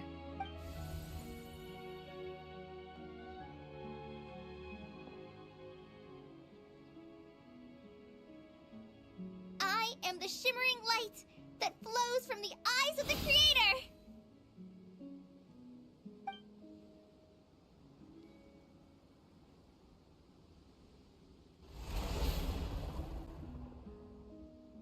It's a song composed by the goddess of flowers, but very few records of it remain, even in historical texts.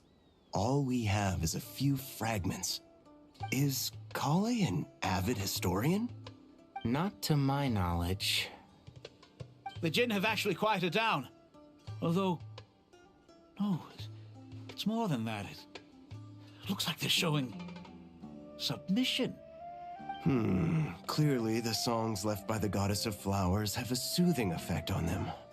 At the very least, they're much calmer now. Really? Let me try. I am a spirit created at the beginning.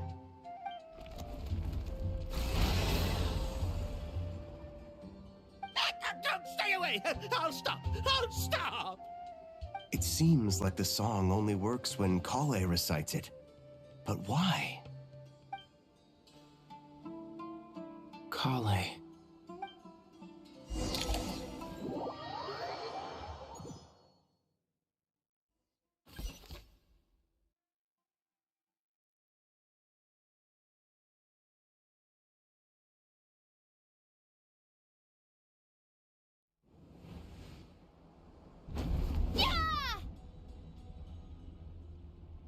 Any luck?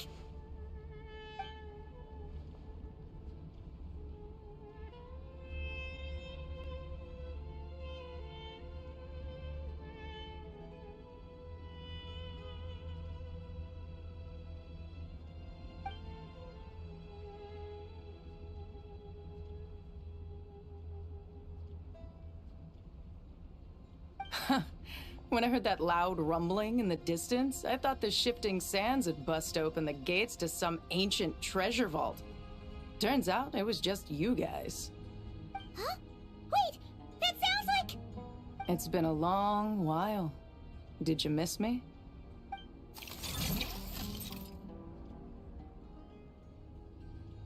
Jet! Ben! Let's save the catching up for later. First, I gotta get you guys out of there. This should be the right mechanism. Ben, can you handle it?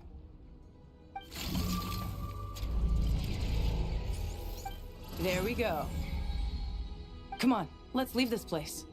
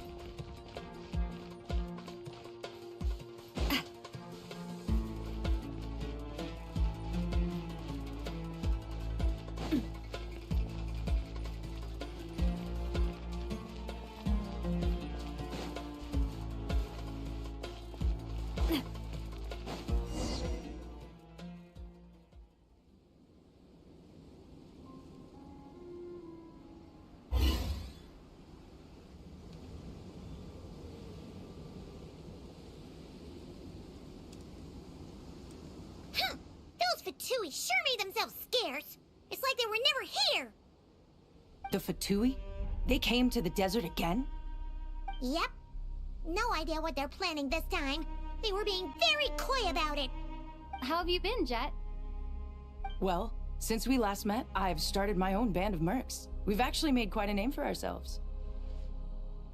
Oh, yeah. On a slightly different note, I have some good news. I finally took care of Masaira. Not much to write home about. It was just another day. Found his hideout. Dragged him out of his cozy little bed. He tried to talk me into seeing his point of view, as usual. But I'm way past that by now. There was nothing he could say to save his life. What about you guys? Bet you'd forgotten all about me and Benban, huh? Of course not! We're super duper best friends! Wow. Sounds like I should make time to visit some other nations too. Anyway, what brings you to Gurabat? Oh, right. I almost forgot. We're here to look for Lilupar. That bottle? Seriously? Yeah! We need her power to calm the Jinn and stop the sandstorms. Here's hoping we actually manage to find her, after all the trouble we've been through. Surely, with everything's been going on in Gurabat, she must have woken up, right? Only one way to find out.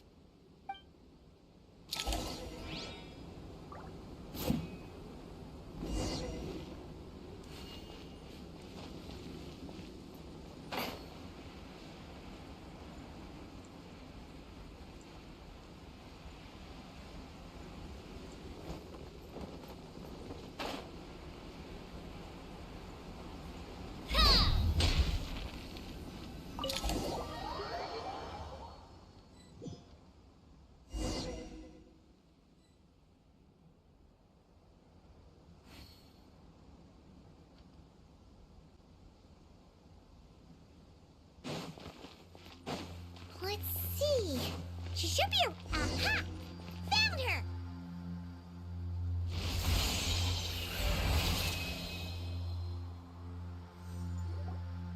Lilupar! What a long dream that was. It's been a while, my master. Oh, and you're here too, little wildcat. The four of us back together again. Imagine that. After we last parted ways, I merged with the land beneath Gurabad to suppress the dark calamity stirring in the depths. It rekindled the flame of vengeance within the Jinn, depriving Gurabad of any hope of peace. I fought against it for a long, long time, until one day, I sensed a change in a foreign land to the west. Suddenly, the pitch-black abyss fell silent.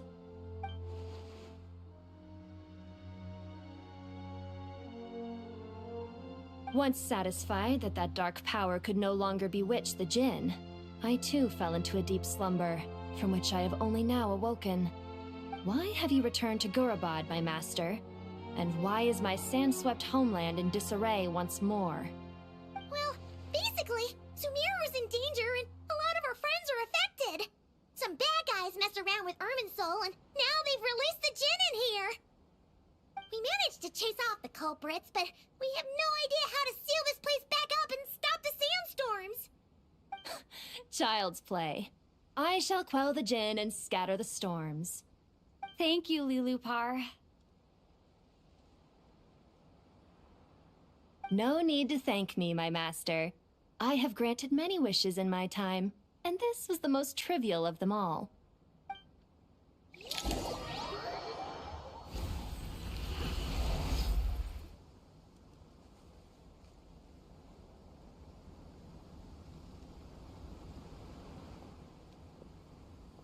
The sandstorm's gone. The sun shines bright again. When I said that we'd meet again under a lovelier sun, this was exactly how I imagined it. Yay! Although, honestly, Paimon would love to hang out with you more, even if the weather sucked. Well, there shouldn't be any more Jinn breaking out, right? Are we okay to head back?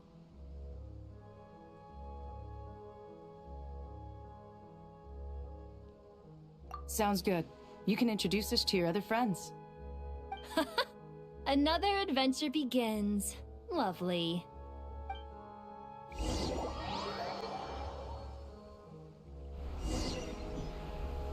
storms have stopped! We should be able to get to the Temple of Silence without any problems now.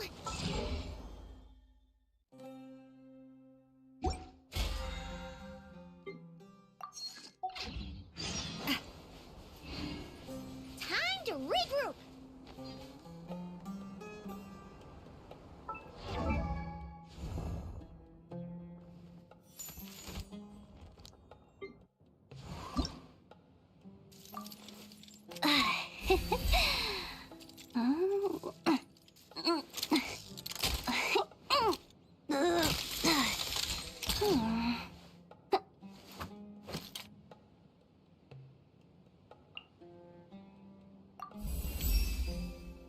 Oh, no.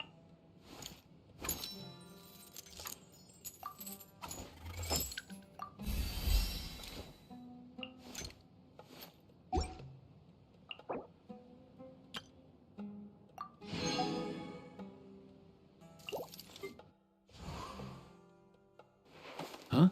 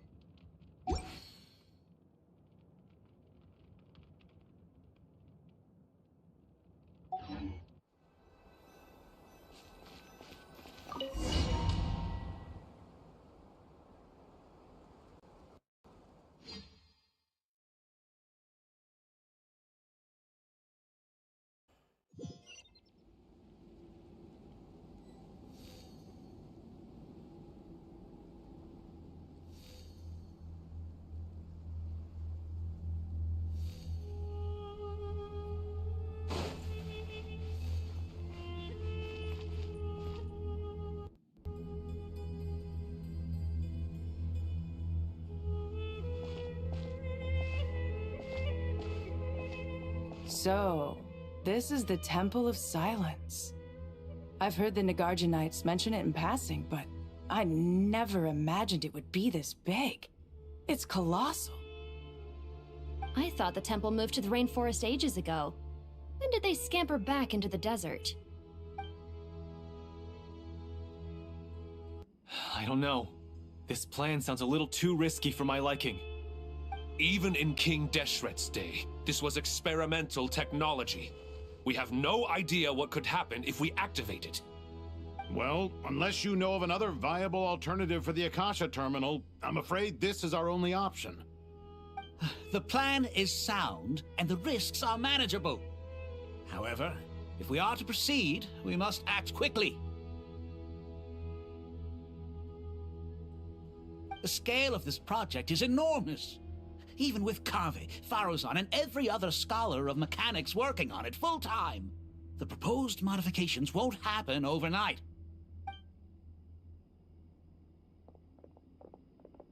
You're back.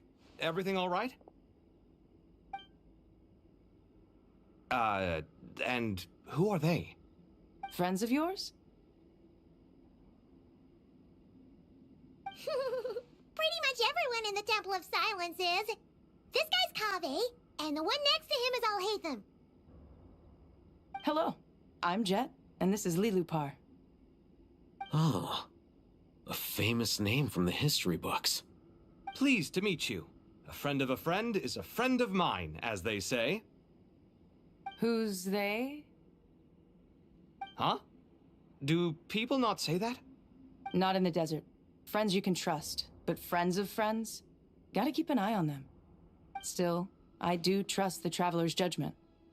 I'm sure you're good people. The sandstorms have calmed down. I take it the Gurabad problem is resolved? What did you find?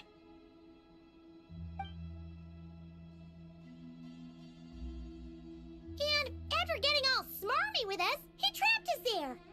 Luckily, Jet used the mechanism outside to free us, and then we got Lilupar to put a stop to the chaos. Wow. Thanks for being there to help them.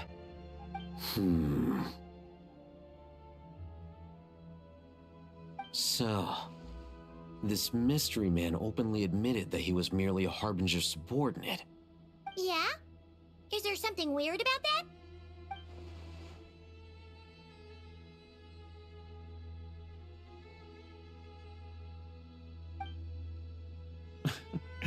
I assume you aren't naive enough to expect answers from an enemy. Well deduced. Our commander, Dottore, died in Notcry.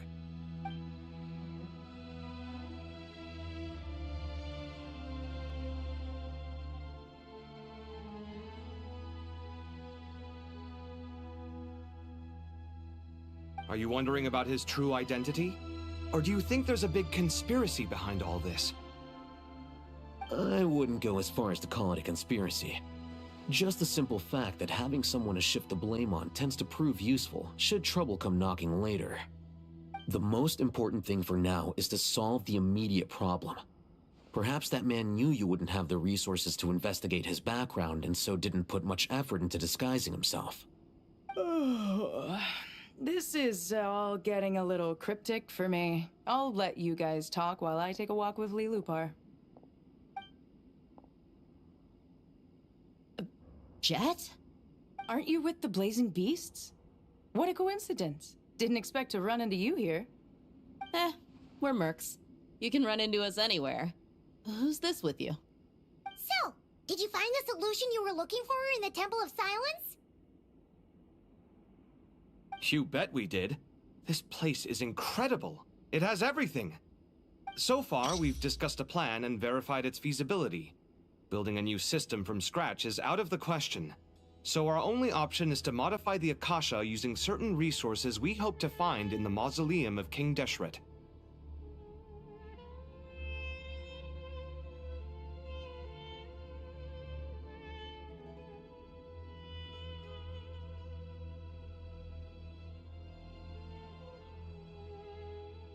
According to certain sources in the Temple of Silence, there is a core device in King Deshret's mausoleum known as Aru. Little is known about this device in academic circles, which suggests it was hidden quite effectively.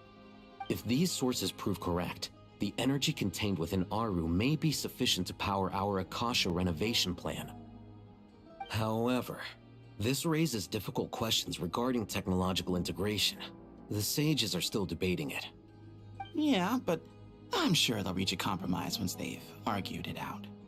The people of the rainforest are always cautious when it comes to desert technology. But times of crisis like this leave us with little choice. Wait, Paimon has a question. Is this the same Aru we've heard of before? It's sealed off, right? Some sort of prison where the Goat King, Ibis King, and Crocodile King are locked up. Well remembered. Yes, that's exactly right. According to our records, Aru was the most brilliant creation King Deshret ever conceived of. Built by divine and mortal artisans working together. It was a miraculous accomplishment, and it lies hidden deep within the king's mausoleum to this day. That being said, what Aru actually does and why it was built, those are deep secrets we are not privy to.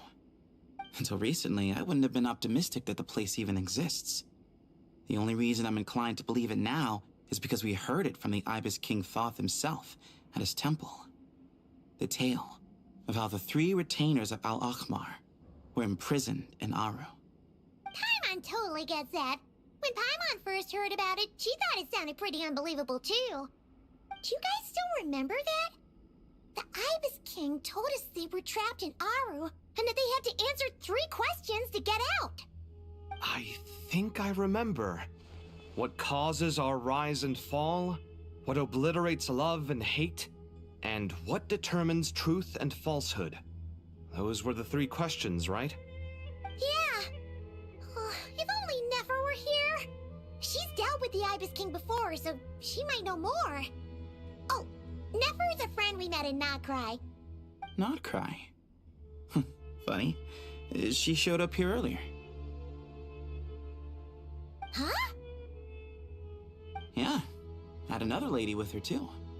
Both said they knew you. They contacted the sages, claiming they might be able to offer some assistance. Really? They came here to help out? Yes, really. It was just before you got back. One of them said she's made Nod Cry her home. If she's the person you were talking about, then... Looks like betting on Aru was the right choice. See? They're right over there.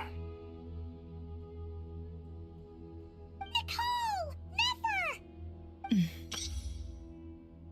Why, hello! We're here to help.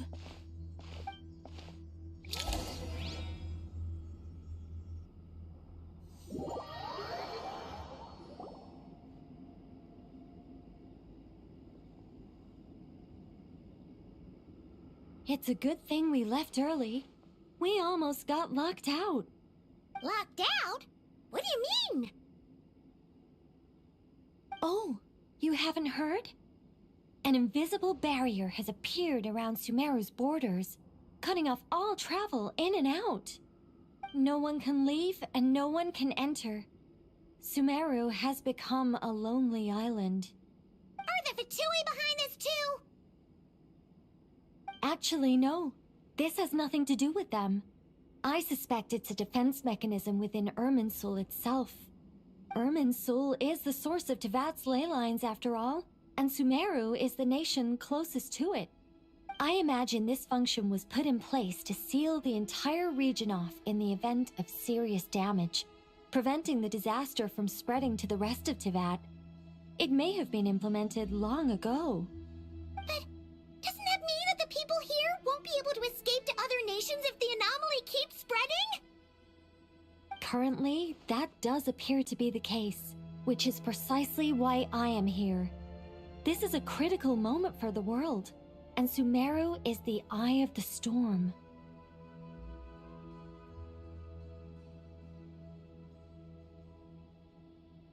Paimon's surprised you managed to convince her to come back to Sumeru. Indeed. Even for someone of my wisdom and eloquence, this tested my skills to the limit. And why should it concern me that Sumeru's in trouble? Surely you don't think I still have feelings for that place? Judging by your tone, I suppose you don't. Sounds like you don't know much about my past.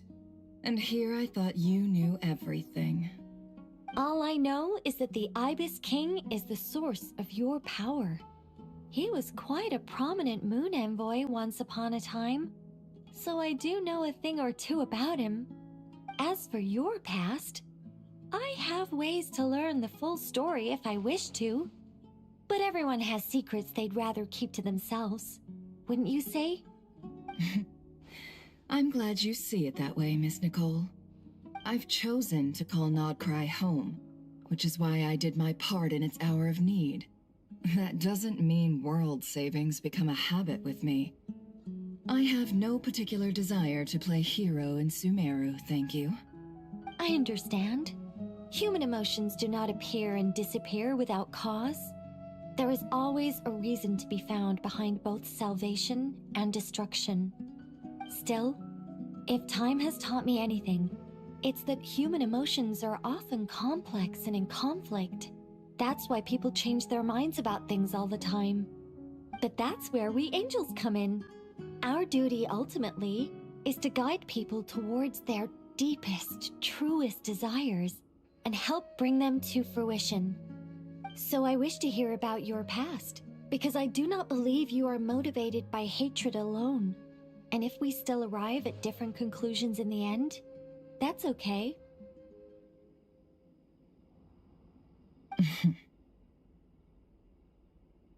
I refuse. Wait, what?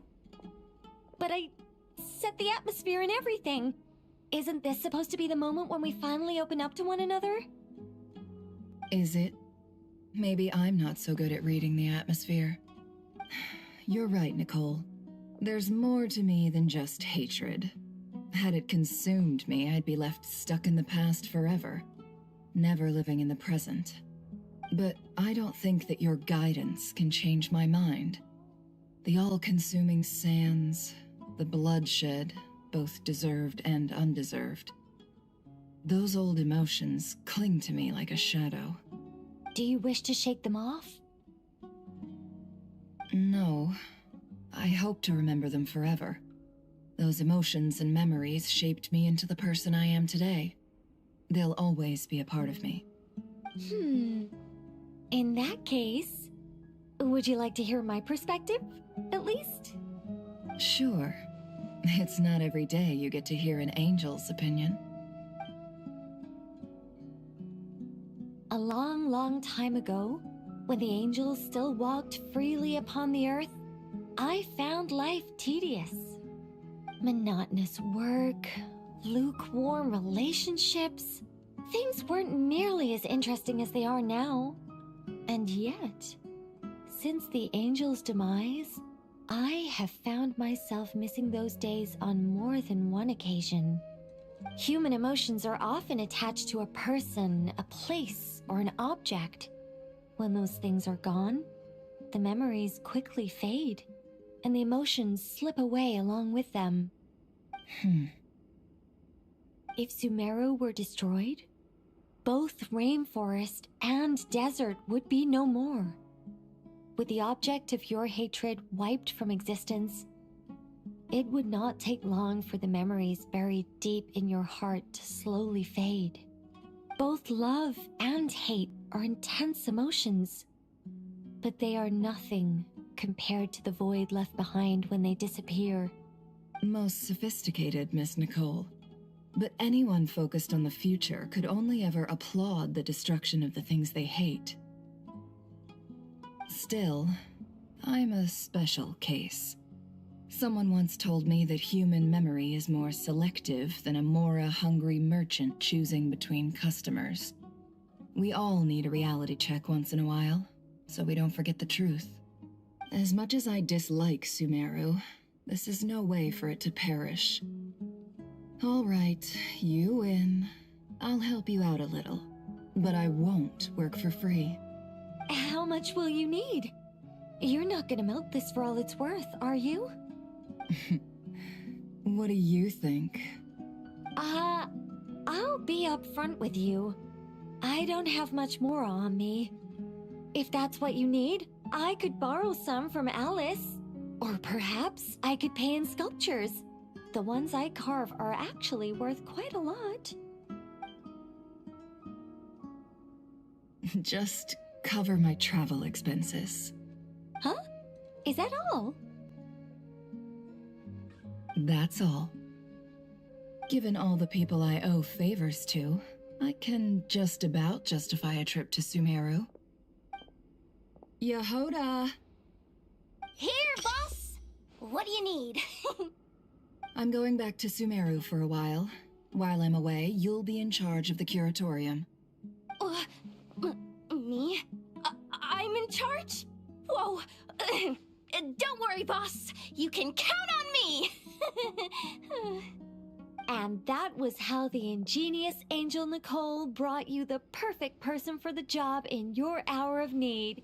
Hip hip hooray! That was far more detailed than necessary. Not lacking in embellishment either. I never thought I'd return. Especially not the desert. But life doesn't always go as planned, I suppose. What's Candace up to?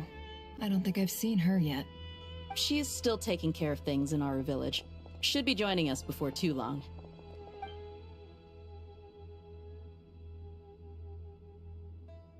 Oh, and sorry. Hope we're not interrupting anything. We have some good news, though. We're planning to go to the mausoleum of King Deshret to look for the legendary Aru, then use it to try and restore the Akasha system. According to records in the Temple of Silence, the mausoleum houses something called Aru's Chute, which can be used to establish connection with Aru. We still have some time before we leave, so there's no rush. By the way, who are these two new faces? Just call me Nefer. I'm based in Nodcry. Did I hear you mention Aru? Correct. Well, I happen to have a connection with one of the 3 retainers imprisoned inside, the Ibis King. I'm here to get things done, so if you don't mind, I think I should come with you. That sounds perfect. Miss Nefer, are you from the desert by any chance? Why do you ask? I don't know. There's a familiar air about you. Plus, you mentioned Candace. Sorry, I don't mean to pry. It was just a random thought. I'm Dia, an Eremite mercenary. My work usually keeps me out in the desert. I'm on good terms with Dory, and she's mentioned you all before. It's nice to finally put faces to the names. However, my associate here is probably less well acquainted with you. Why don't you all introduce yourselves? Actually, I'm a little better acquainted than you might think.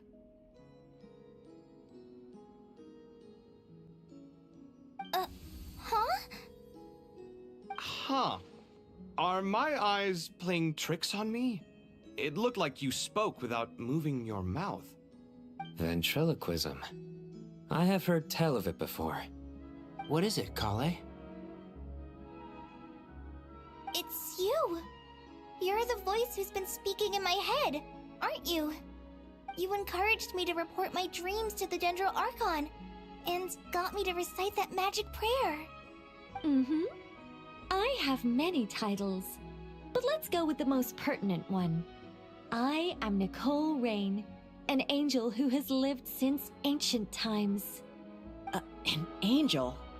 Sounds like a big deal, but, what exactly is an angel? Oh, Well, we're a rather long-living race of beings.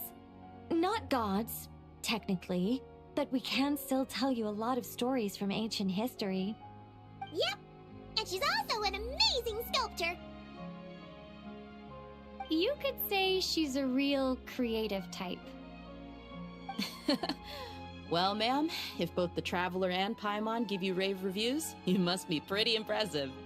Oh, please don't call me ma'am. I find it so awkward when people get too formal with me. Just relax and be yourselves. No need to be nervous. Miss Nicole, if it's okay, could I ask you a few questions? Yes, you may. I can see your heart is filled with confusion, and you are desperate for answers. I also know which questions you want to ask me. Why did you dream of Sumeru City in disarray? Why did those verses soothe the Jinn only when recited by you? I can guide you to the truth, but it involves a personal secret of yours. I'd prefer to speak with you alone, if possible.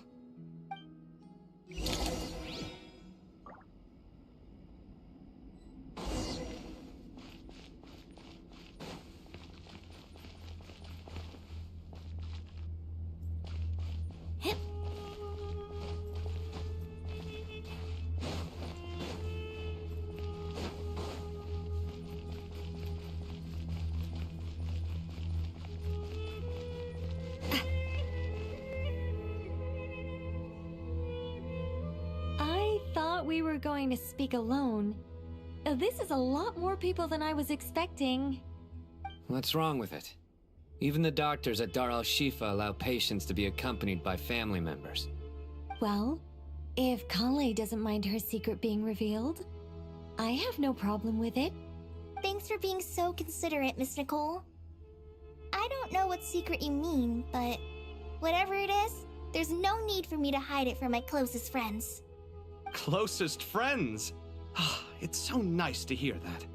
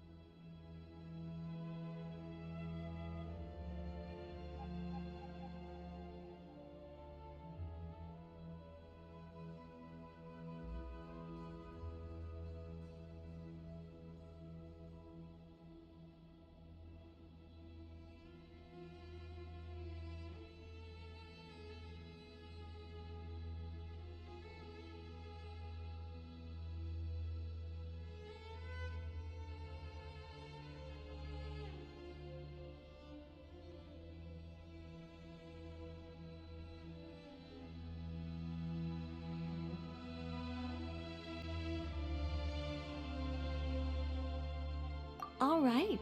In that case, I'll get right to it. Kale, are you aware that there are god remains inside your body?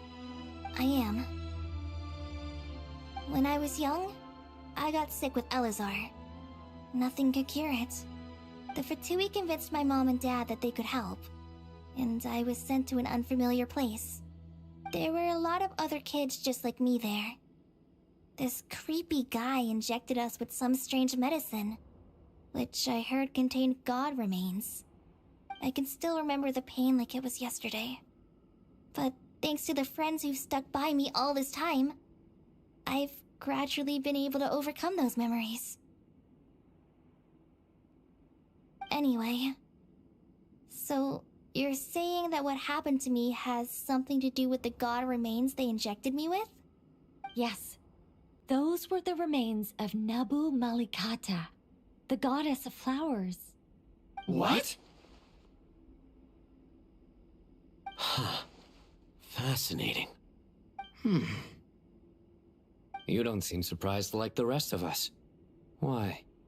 The possibility crossed my mind when Kale recited the Goddess of Flowers song and calmed the Jinn. You made Paimon jump! What are you doing here, Lilupar? I was merely passing through when I heard the name of the Goddess of Flowers. Be assured that I share your surprise. You, with the hat. Are you certain? I sense no trace of the Lord of Flowers within her.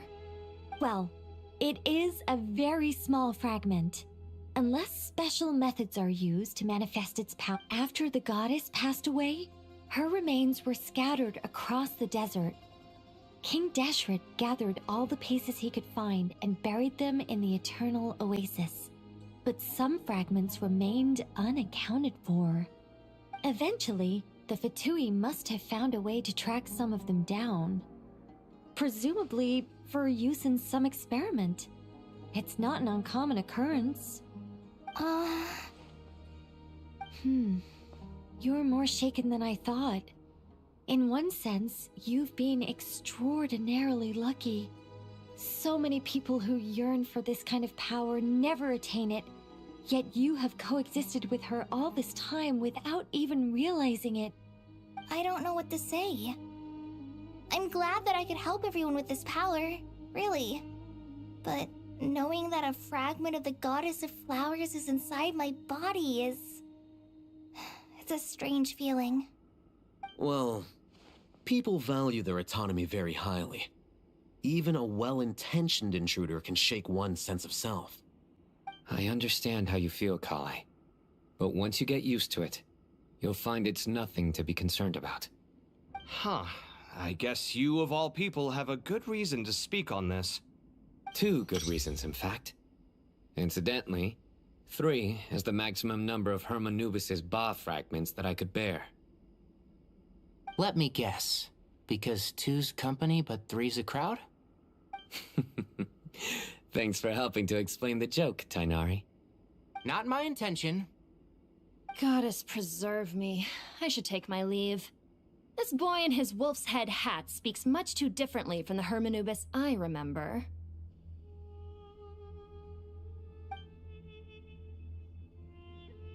Kale, all I'm trying to say is, no matter how many Hermanubis fragments there are within me, you wouldn't think of me as Hermanubis. In the same way, you are simply you. Yeah, I know what you mean. So about that dream I had, was it a warning from the Goddess of Flowers? Yes. Just like me, she was an angel created by the primordial humans, born with the instinct to guide living beings. Though her body and soul have perished, her essence retains its natural instincts.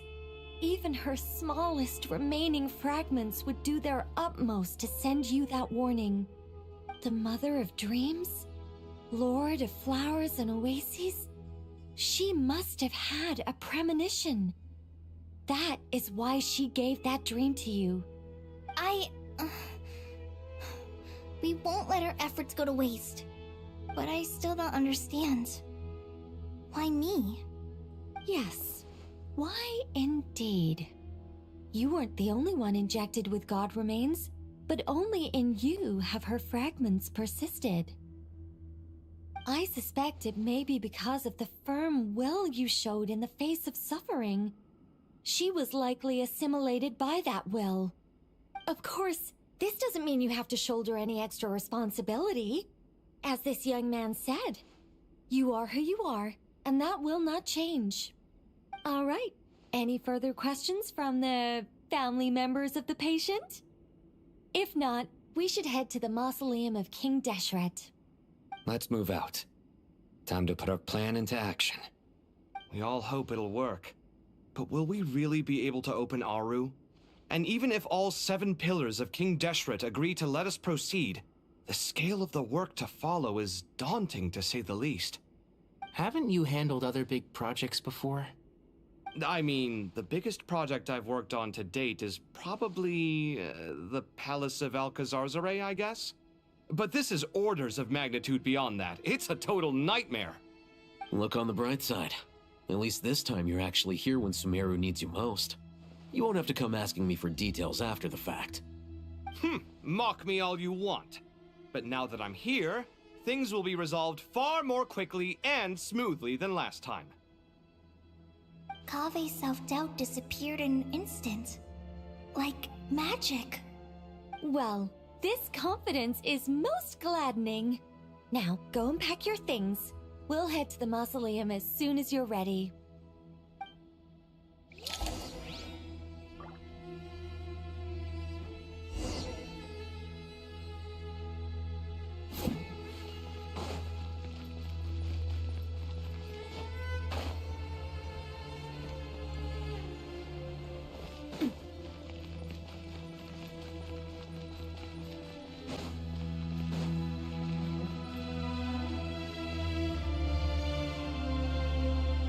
Oh, Mr. Cole. I heard you're a very talented sculptor. Is that true? Oh, I don't know. I wouldn't want to blow my own trumpet. Honestly, even though Kasharawar is best known for its focus on mechanics, plenty of Kasharawar scholars are quite serious about sculpting as a hobby. So if they rate your work, that's enough for us. We just have to take a look. Who's we? Myself and a few other scholars. Kashif, Daneshvar, come take a look. Oh, well, if you insist, I suppose there's no harm in showing you.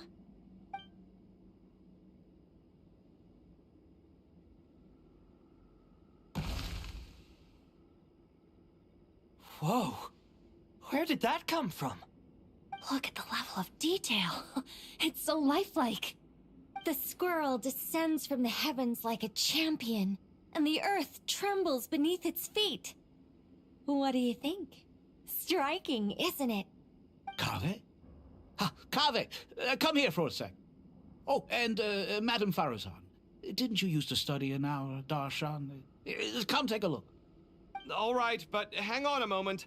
I have to finish reviewing this proposal first. You called? What is it, youngster? This squirrel statue. Isn't it cute? Oh, a squirrel. I wouldn't say cute per se. The realism is what stands out to me. Were you trying to carve a statue of a hero, young lady? Oh, a hero? I suppose so. Actually, I didn't really have a specific theme in mind. I just started working on it, and this is how it turned out. I see. Well, do you tend to read novels about heroes in your spare time? As a matter of fact, I do quite enjoy those. Everyone loves a good tale of daring do, right? Then perhaps this statue represents the heroic tale you long to see deep down inside. Also on the subject of heroism, I feel that if the subject posed with a finger raised towards the heavens, it would lend a greater gravitas to the overall image. I'm sure some would call it cliché or old-fashioned, but not me. I think it would be a perfect fit. It has a certain classical beauty about it. Kave! Sorry, Madame Faruzan, I'm a little busy right now. Don't wait up for me. What a pity. That young man has excellent aesthetic tastes. I was hoping to ask him for his opinion. What a genius idea! Why didn't I think of that? Classical beauty is a great direction to explore. Mm-hmm. That's it. Once I get back, I'm going to sculpt a heroic squirrel pointing its finger towards the sky. Precisely. A declaration of victory. You understand my vision. Then place the two statues face to face. Yes, that's exactly what I was thinking. It'll be a masterpiece, Miss... I'm sorry, I didn't catch your name. Just call me Nicole. Madame Faruzan? Was it? What? Oh, no. That wouldn't be right. Why ever not? Madam is a state of mind cultivated from within. Anyone may call me Madam if they so desire. My dear Miss Nicole, once we make it through these trying times, should we have the pleasure of meeting again, I shall look forward to seeing your new work. In this day of age, it's rare to find people with an appreciation for classical aesthetics. Meeting you was truly a pleasant surprise. Honestly, I feel the same way. It's been a long time since I met anyone interested in this style of statue. Clearly, they don't call you Madam for nothing. Also, I have to say, you're a very good judge of character. Because when I think about it, I really am someone who likes stories about heroes.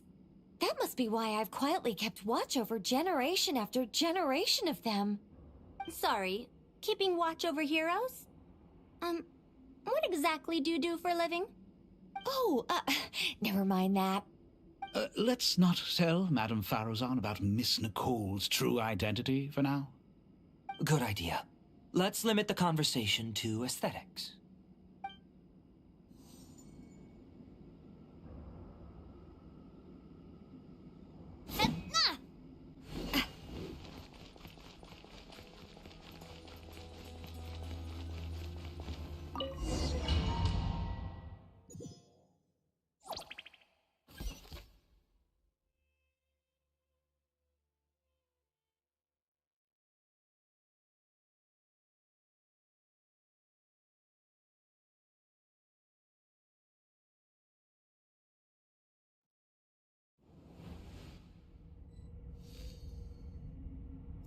I hope everyone's ready.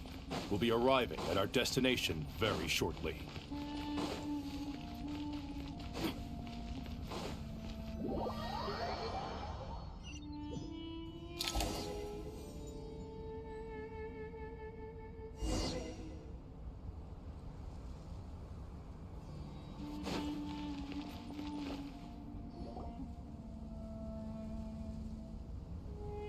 Why, we've not seen so many visitors ever, really. What is this place now, a tourist attraction?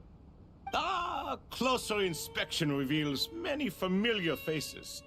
To what do we dusty old fellows owe the honor? Surely you're not just here to chat. You surmised correctly. We are here to carry out a rather enormous project. Ho, enormous, you say? How large, then? Larger than the gaping void in our lives? Why, you've even put a smile on Goatee and Crocco's faces. All this activity is making for quite the special day.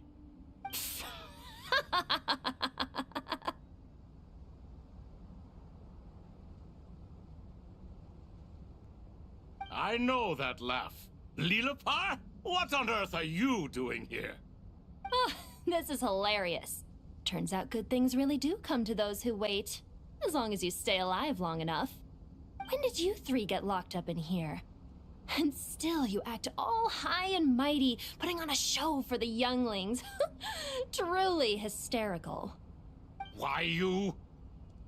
Yes, I know. No need to shout. You're right, Lilipar. Goatee, Crocco, and I all have the same problem. But didn't King Deshret seal you away? How did you break free, and how did you get in here? Who knows? Perhaps you can ask my master one day, should you ever get the chance. Behold, the executioners of old. Some have turned into fragments residing in human bodies, and others are imprisoned eternally, leaving not a single shard behind. It's almost tragic, watching lowly prisoners like you act all self-important. Curiosity gnaws at you, doesn't it? Your interest in the outside world threatens to burst you at the seams. I'm starting to take a liking to this magic bottle lady. Time is of the essence. Let's get down to business. We come to you, O three ancient lords, to request your assistance on behalf of the Academia. If we can help you regain your freedom, then please consider lending us your aid. As for precisely what we need your help with, it's a long story. So, to demonstrate our sincerity, we are prepared to first resolve the problems that plague the three of you. All right, stop arguing, Croco. And Goatee, don't you start. What's the harm in letting her speak? It's not worth getting so angry about. Forget about her. The three questions are the crucial thing here. But do you really have a way to answer them? You once answered the final question, Nefer, but the seal did not open. Unless, with the passage of time, you have found a new answer? You could say so. When you first asked me what determines truth and falsehood, my answer was a liar's soul. Liars are the best at seeing through the falsehoods of the world. But if you want them to tell you the truth, you have to reach their soul. I think that makes sense. I found it quite compelling myself, and I told Nefer so. Unfortunately, it brought us no closer to liberation. Well, that's simply because it was my answer, not the one King Deshret was looking for. Can you guess which answer Al-Ahmar wanted then? Time. And that's not only the answer to the final question, it's the answer to all three of them. All things wax and wane with the passage of time. Love and hate eventually fade into nothing. Current affairs are always fraught with conflict and controversy. Only time can distinguish between right and wrong. You once described King Deshret as a proud man. I'd say that the prouder someone is, the more inclined they are to believe that only time is qualified to be their judge. Time. Well. Indeed. Perhaps in building Aru, our king was in fact attempting to reverse time, to bring love and hate, right and wrong, the rise and fall of all things back to their point of origin.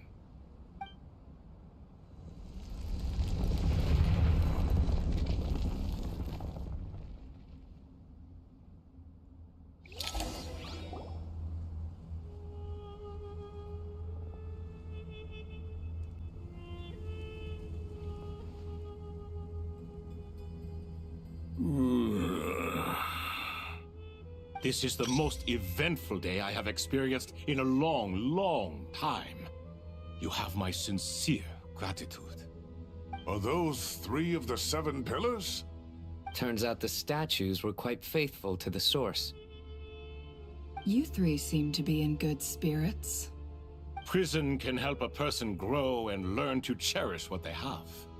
Nevertheless, after everything you've done for me, I sincerely hope you never have to experience it for yourself.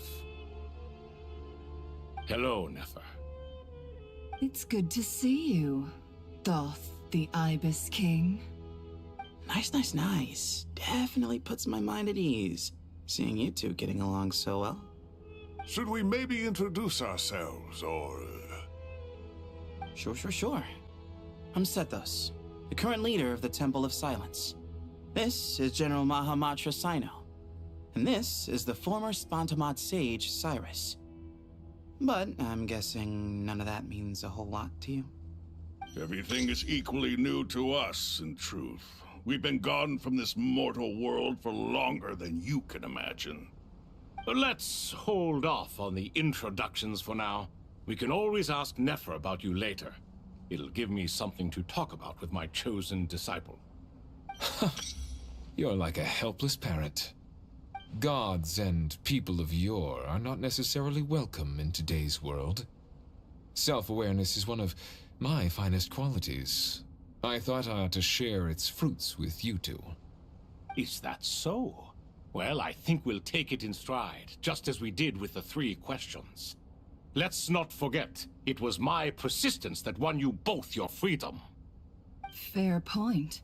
I have to applaud your persistence. And I must praise you for your wisdom.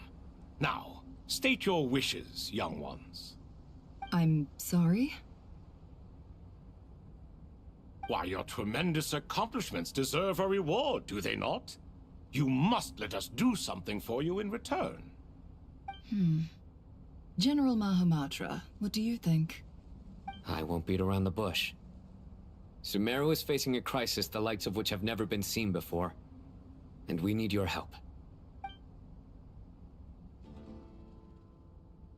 Every calamity throughout the ages has been connected to us in one way or another, whether we were its cause or consequence. Whatever is wrong with Irminsul, it severely affected the Dendro Archon. She fell into a coma and is currently receiving treatment from the Dendro Dragon. The Dendro Dragon? I'm sorry, the Dendro Dragon is helping to heal the Dendro Archon? Not a pep, surely. Not vicious, cruel, a pep who possesses no virtues aside from her basic instincts. Ah, good heavens. Oh, I shudder to think what could have caused Lesser Lord Kusanali to suffer such a plight. Still, why would the Dendro Dragon lend you her aid? She has always held nothing but contempt for the Archons. I suppose she and Kusanali must have some history. You can help us make history too. A smooth talker. Well said, lad. Currently, no one can connect to Irminsul. We hope that by opening up Aru and making some modifications to it, we can use its technology to our advantage. Unfortunately, Aru is an imperfect creation. King Deshret never managed to realize his full vision before his death. Much remains to be done if it is to be pitted against Irminsul itself. Besides, I hear your reasons, but to give Aru up over such would be... The archaeological records clearly indicate that although Aru's construction took a long time, it was not beyond human means to achieve. Modern technology should solve the efficiency issues. We have no choice but to go all in on this. This is by no means a threat. But the only reason we helped you escape from Aru was to gain the necessary leverage to negotiate with you. You asked us to state our wishes, and we have. Each one of us here needs your help, as do all the thousands of people living in Sumeru. They need you, and they need Aru. What do we think, my fellow old fogies? Shall we lend our support or not? Since you ask so nicely, naturally. Naturally what? Are you for or against? I simply mean we shall do what comes naturally. You claim that you wish to open Aru. Know you then that the golden slumber created by King Deshret is preserved within? We do. We understand the risks involved. In all likelihood, the mortal world will never again be able to replicate King Deshret's work. Never will there be another chance to come so close to creating a utopia. Knowing this, are you sure of your decision? We are sure. Before people can dream, they must first live. If your minds are made up, very well. We shall summon our erstwhile colleagues to discuss this further. Saint Shezepank, Saint Bennu, once you surrendered to silence and were buried with King Deshret. But now, we invoke the right to awaken you with our voices.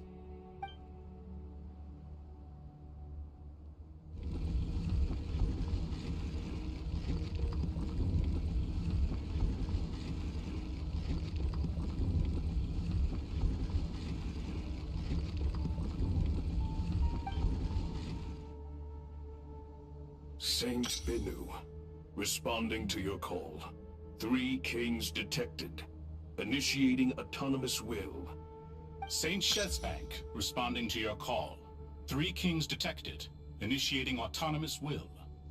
Ah, Lord Herreshoff. What a long time it has been. I trust you are keeping well. Then your trust in my well-being has long outlived your physical body. You have always opened with that same phrase, in life, death, and now even beyond. Al-Akmar is long gone. What is the reason for this meeting? You're awake? Good. We are voting on whether to give the people of present-day Sumeru access to Aru and permit them to perform technological renovations. You have the right to support or oppose the motion. Aru is the pride of Al-Ahmar. Opening Aru requires the unanimous consent of the 7 pillars. I hope you have a convincing reason to present to us. Sumeru is currently in the midst of a major calamity. Let us not forget that while Al-Ahmar was a stern ruler, he was also a teacher of wisdom. A god without his people shall cease to exist, and King Deshret's greatest wish was to provide protection for his people. Let us then honor our God King's wishes as we consider our decision. I do not mean to mock these proceedings, but what is the point of a unanimous vote when we know that the last of the 7 pillars, the Dendro Dragon Apep, will never communicate with us? This will no doubt surprise your mechanical mind, and I have no intention of trying to persuade you it is true. But Apep is, in fact, healing the Dendro Archon as we speak. Huh? Can someone attest to this? Do we have any proof?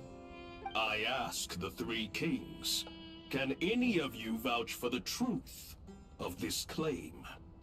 Naturally, the Ibis King, Thoth. What? It was Thoth's disciples who revealed the truth to us. We need not debate its veracity. Simply let Thoth bear accountability. That way the rest of us may have a clear conscience. Harishef, you diabolical fiend!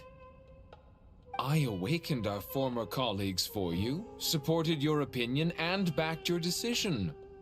What sort of fiend would do that? I miss the days when Hermanubis was still around. At times like this, he would offer to take accountability. What are you trying to say? Is my word worth less to you than Hermanubis's? Hypocrite though you are, Lord Thoth, you are humorous in equal measure. How could we bear not to associate with a character such as you? I, Saint Shezpank, approve the Goat King's proposal. Since King Deshret is no more, we shall receive no reprimand for acting beyond our remit. Nevertheless, I sincerely hope that those before us understand the significance of what they intend to do. Remember, the moment that Aru is liberated, the myriad souls residing within the Golden Slumber will return to the ley lines. And once the ley lines flow again, these souls shall in turn be received by Irminsul. To take this step is to bring the perfect afterlife created by our king to a permanent end. We understand that well, and we have decided to proceed regardless. Furthermore, the contemporary human perspective would contend that confining souls in this way is no act of benevolence. The deceased have a right to rest in peace. King Deshret's creation is clearly a place of rest and peace. It is just that many do not see it this way. But no matter. Saint Binu approves. Hermanubis' representative and the Dendro Dragon Apep made their choice ahead of time, while the Goat King, Ibis King, and Crocodile King have also granted permission to liberate Aru.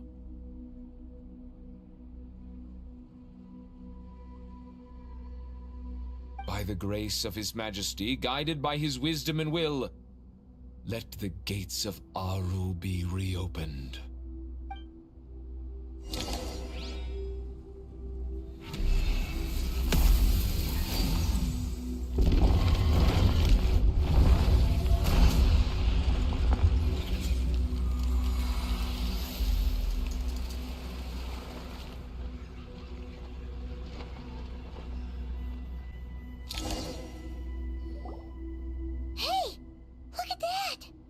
What's this? Are we under attack?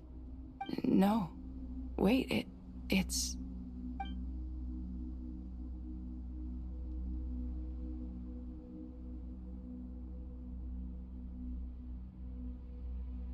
Here you are. Through the sands of time. I see you. Father. Father, is it really you? It's Jet's father, Jibril! That's right! He entered the Golden Slumber, didn't he? I smell blood and sand on you. You've grown. Strong as a wild beast, and without shedding a tear. You have to leave, don't you? Please, just answer me this. What should I do for you? This meeting is a blessing from the gods. My soul, once imprisoned along with that of Semail, is finally free. I am truly grateful for the chance to see you again. That the dead should meet the living is itself a miracle. One brief, precious moment is enough. Enough to set my heart at ease. Do not weep for me, Jet. I know you will accomplish many great things in your life. You will go further and climb higher than I ever did. All I ask is that you take good care of yourself.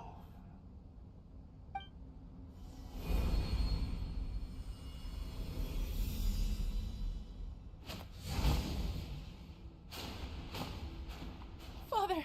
Father! Father. Hey, Jet. Do you want something to eat? Maybe it'll help you feel better. I'm fine. Thanks, Paimon. It was just a little sudden. The chance to see my father again meant the world to me. He was trapped in the Golden Slumber for our sake. And now, after all this time, he can finally rest in peace. I'm glad. It's a huge relief. You've grown strong, Jet. More than enough to fend for yourself. Yeah. I'll leave the past in my memory where it belongs. My family, the good times and the bad. Goodbye, Father.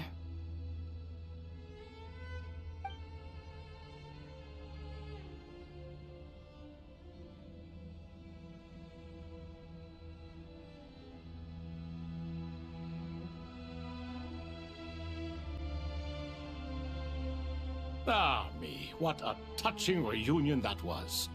It seems we did a good deed today. We three retainers, once imprisoned for our iniquity, are surely the least qualified to judge whether this deed is good or bad. Either way, Aru is open.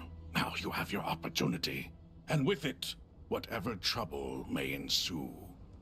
Although Aru was created by a god, human craftsmanship was nevertheless required to build the gate that connects it to this world.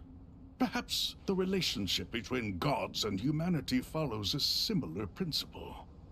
As for your proposed renovations, we cannot determine which functions to keep or discard. Proceed as you see fit, but please entrust the task to your most accomplished scholars, or Bennu will be most displeased. It matters not. The Ibis King shall be accountable if any problems arise. Ibis, you chose to take on disciples, and so it follows that you must accept the risks of associating with humans. If I'd known you'd be like this, I would have locked all of you away in Aru, never to leave again for all eternity. All of us? What does this have to do with me? Vilify me no further. Scholars, since you have liberated Aru, allow me to present you with a gift. Using Aru's power, we shall install a defense mechanism at our king's mausoleum. You must be guarded even against Irminsul itself. This shall afford you some convenience. Unseen and unheard. From this moment forth, none may by sight or hearing perceive anything said or done within the mausoleum. Amazing. And all this is achieved just with the power of Aru? With technology from the heavens, the possibilities are endless. Just because King Deshret did not use it for this purpose does not mean that it cannot be done. So, marvel away. This is the reward you have earned. All right. Well, that resolves the issue of confidentiality. What about the technical side? Do we have the manpower? Why, yes. I've already contacted them. It'll be here soon.